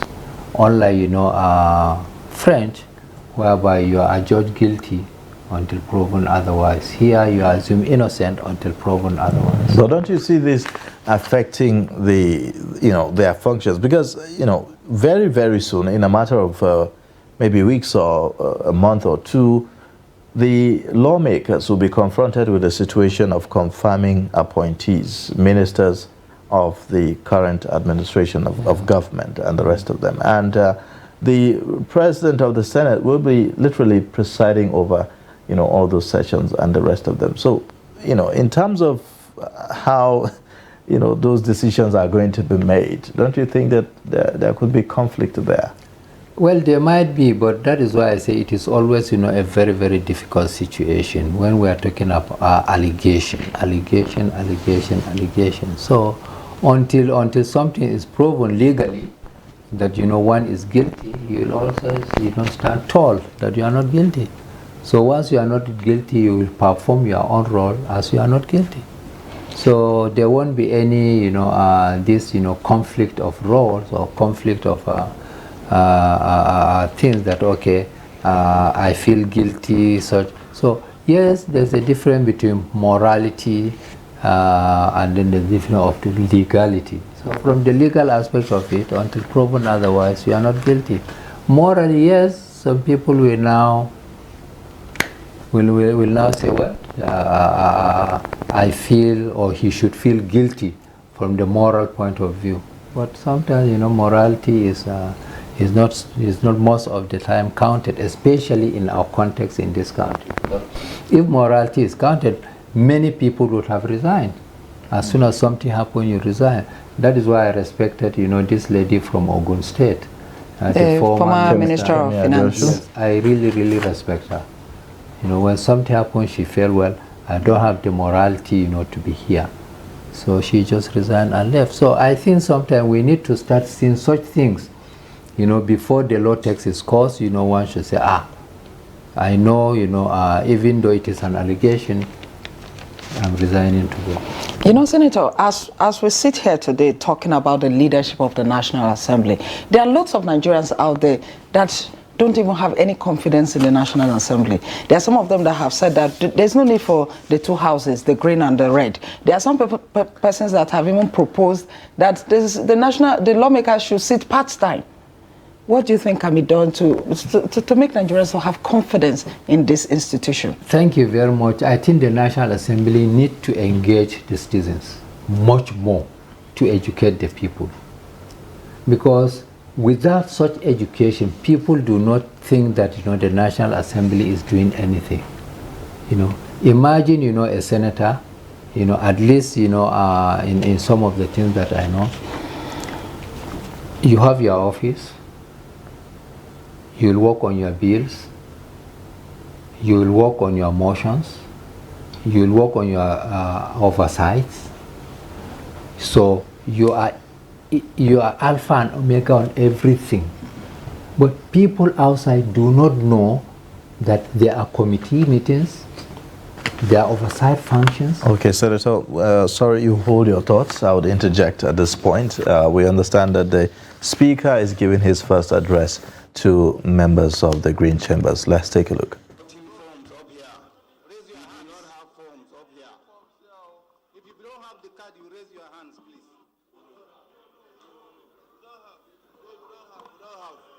We don't have. It will be issued later. No, we don't have. No. We don't have. Repeat after me.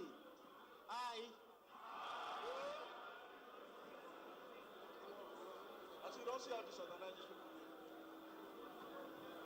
Do solemnly swear. Affirm.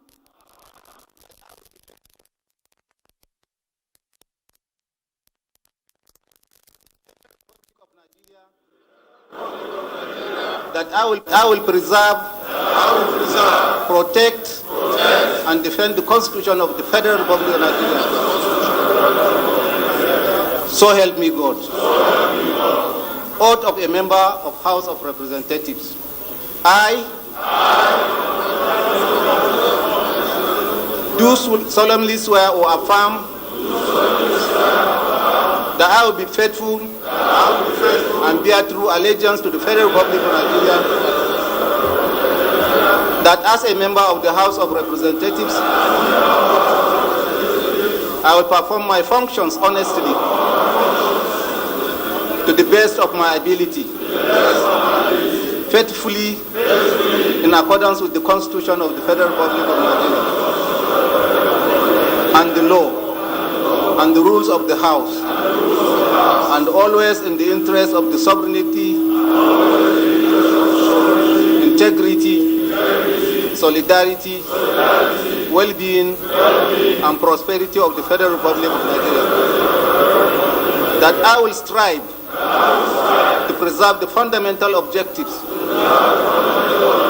and directive principles of state policy contained in the Constitution of the Federal Republic of Nigeria. And that I will preserve, protect, and defend the Constitution of the Federal Republic of Nigeria. And that I will abide by the Code of Conduct contained in the 5th schedule to the Constitution of the Federal Republic of Nigeria. So help me God.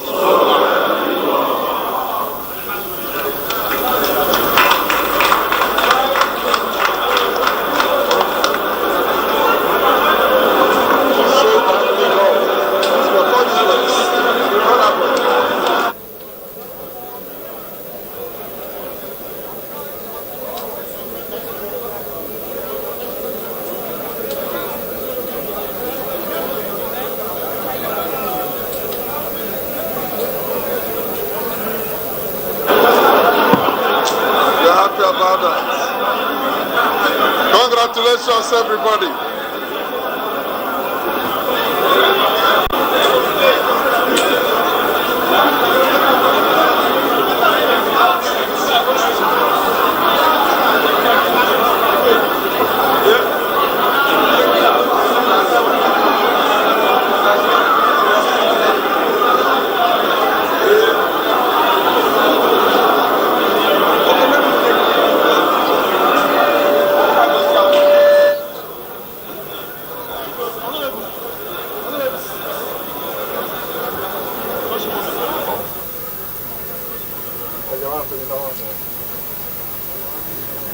Honorable members of the 10th House.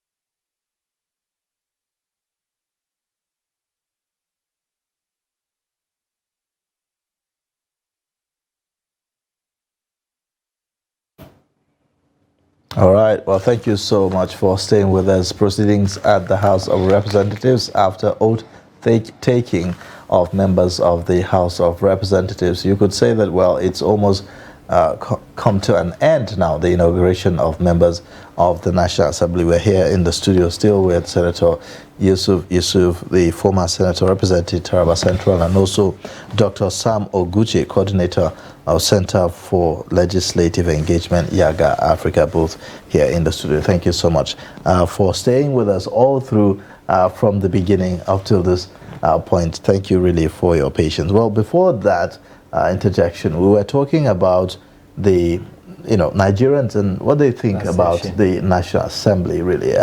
Looking at that proceeding there, I saw the former Speaker of the House of Representatives, Femi Gbajabiamila, taking oath of office as a lawmaker, House of Reps member. We know that he has been appointed as Chief of Staff to the President. So someone is out there probably thinking, oh, so what is going to happen now? Is he going to be taking remuneration as a member of the House of Representatives and the Speaker of the, and Chief of Staff to the President as well? So talk to us about that and the whole issues about cost of governance, if you could tie that together. You see, yes, he's been elected and he has to be sworn in before he can even, resign and go and occupy another position. So for me, procedurally, that is the right thing to do. And then coming to the cost of governance. Yeah, people think that maybe the chamber one should be squashed. We should have only one. I tell you this. I give you an example. Every senator has one jeep. One jeep. That is provided for his everything. constituency, local running, everything, just one jeep. And he officially, and he even buys his newspaper. There's nothing that is freely coming to the legislature. But these are part of allowances that the lawmaker gets. Yes, that is why I say, okay, how about the consultancy?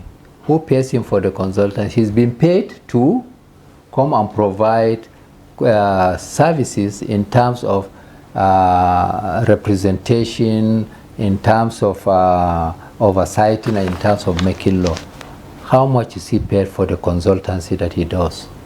In America, every senator, is given allowance for consultancy. Here, you are a senator, you do everything yourself,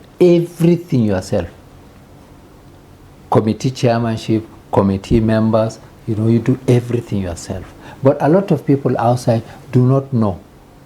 Committees take a big chunk of the time of a senator. Are there no allowances for this committee? There are no allowances for committees, yes, there are no allowances, but there is what we call, impress for running the committees. But that is not within the senator, it is within the secretariat. So, but for the senator, it's the allowances that he receives. Now, the allowances for running his office, for running his constituency, is for running, for doing his oversight, and everything every Senator, isn't it why we have legislative aids? What are the legislative aids for?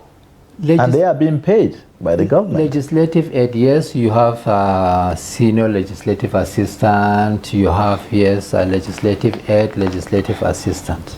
Yes, you have them. But they are not providing the kind of consultancy that you will be required to have. For instance, you have your PA. You know how much a PA is paid? 110,000 naira.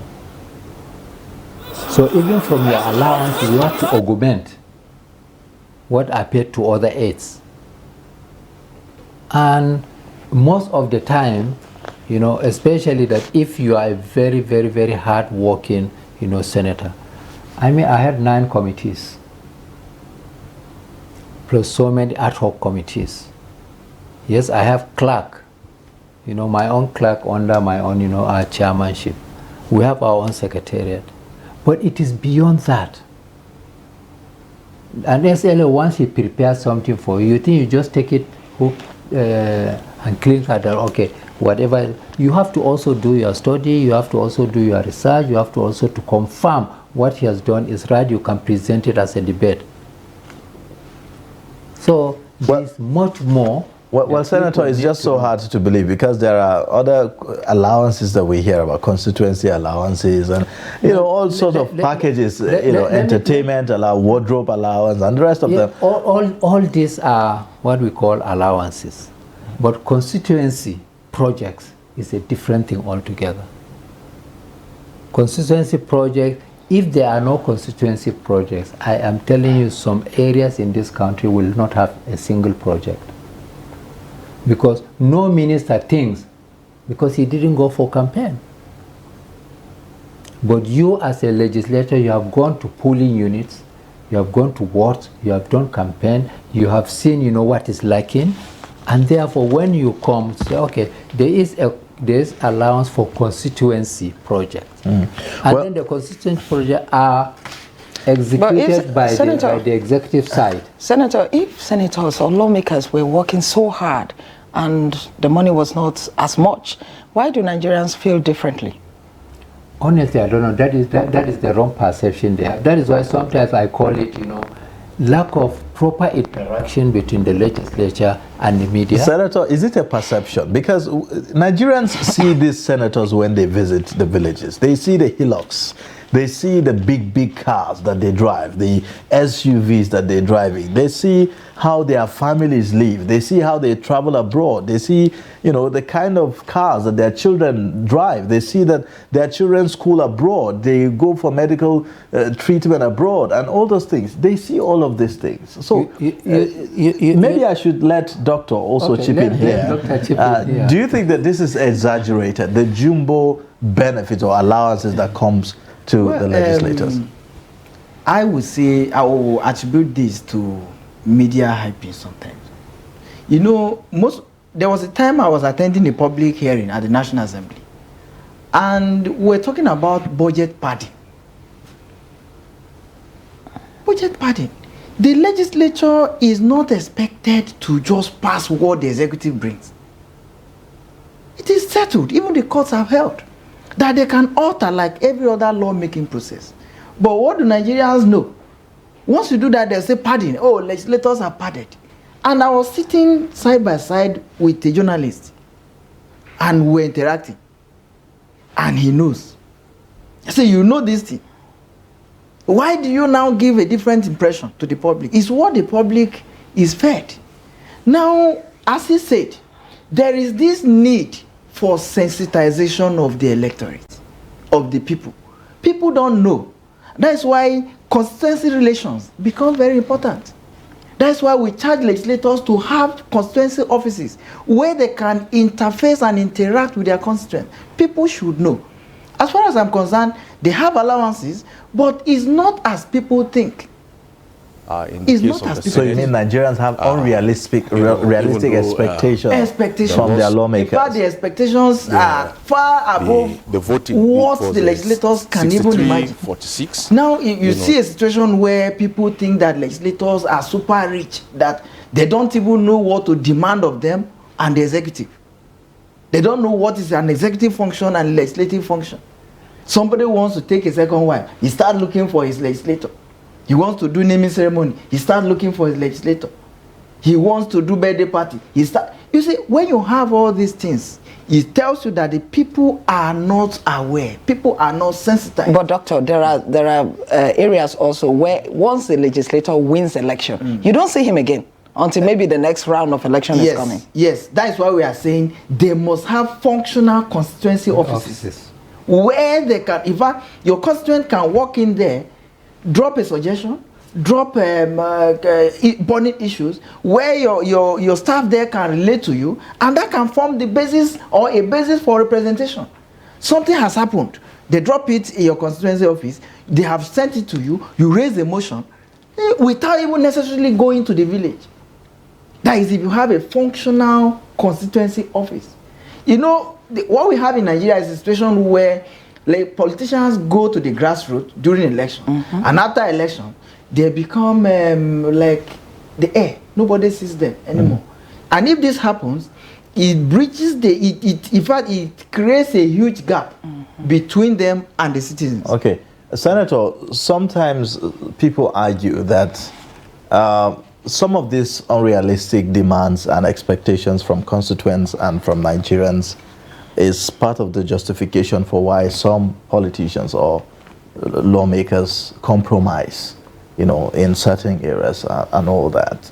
Can you talk to us about that from experience, of course? Well, it may be a possibility, but you see, the pressure from constituents is not easy at all. It's the most difficult situation a legislature will face. That is why you hardly hear the stone, vehicles of ministers, or the stone vehicles of governor of central bank, but you always hear the stone the vehicles of senators, the vehicles of members, House of Representatives, even House of Assembly, because they are the people, they are who the people know. Because they have gone there to do campaign, but the expectations are too high to the extent that they want you to also do the work of the executive while you are a legislature. You cannot do your own work and then go and do the work of the executive. I give you another example. Every minister has a minimum of 7 to 8 vehicles attached to him. His own office allowance is being budgeted for. But a lot of people don't even know this kind of things. For instance, what is the cost of running the office of central bank governor? Go and find out how much it is. It is so much. So it is the cost of running the office. Because the salary of a senator is 1.1 million. That is salary. But it is the cost of running the office. Okay. that is so minimal. I agree, you know, the media sometimes, you know, we need to engage, you know, the legislator and the media very, very much, because you are the conscience of the citizens too. All right. All right. Well, thank you so much, Senator Yusuf Abubakar Yusuf, former senator representing Taraba Central, and also Dr. Sam Oguche, Coordinator Center for Legislative Engagement, Yaga Africa. We appreciate you joining us on the program all the way from beginning till this point. I mean, we cannot thank you enough. We look forward to having you again on Trust TV. Thank you very much. All right.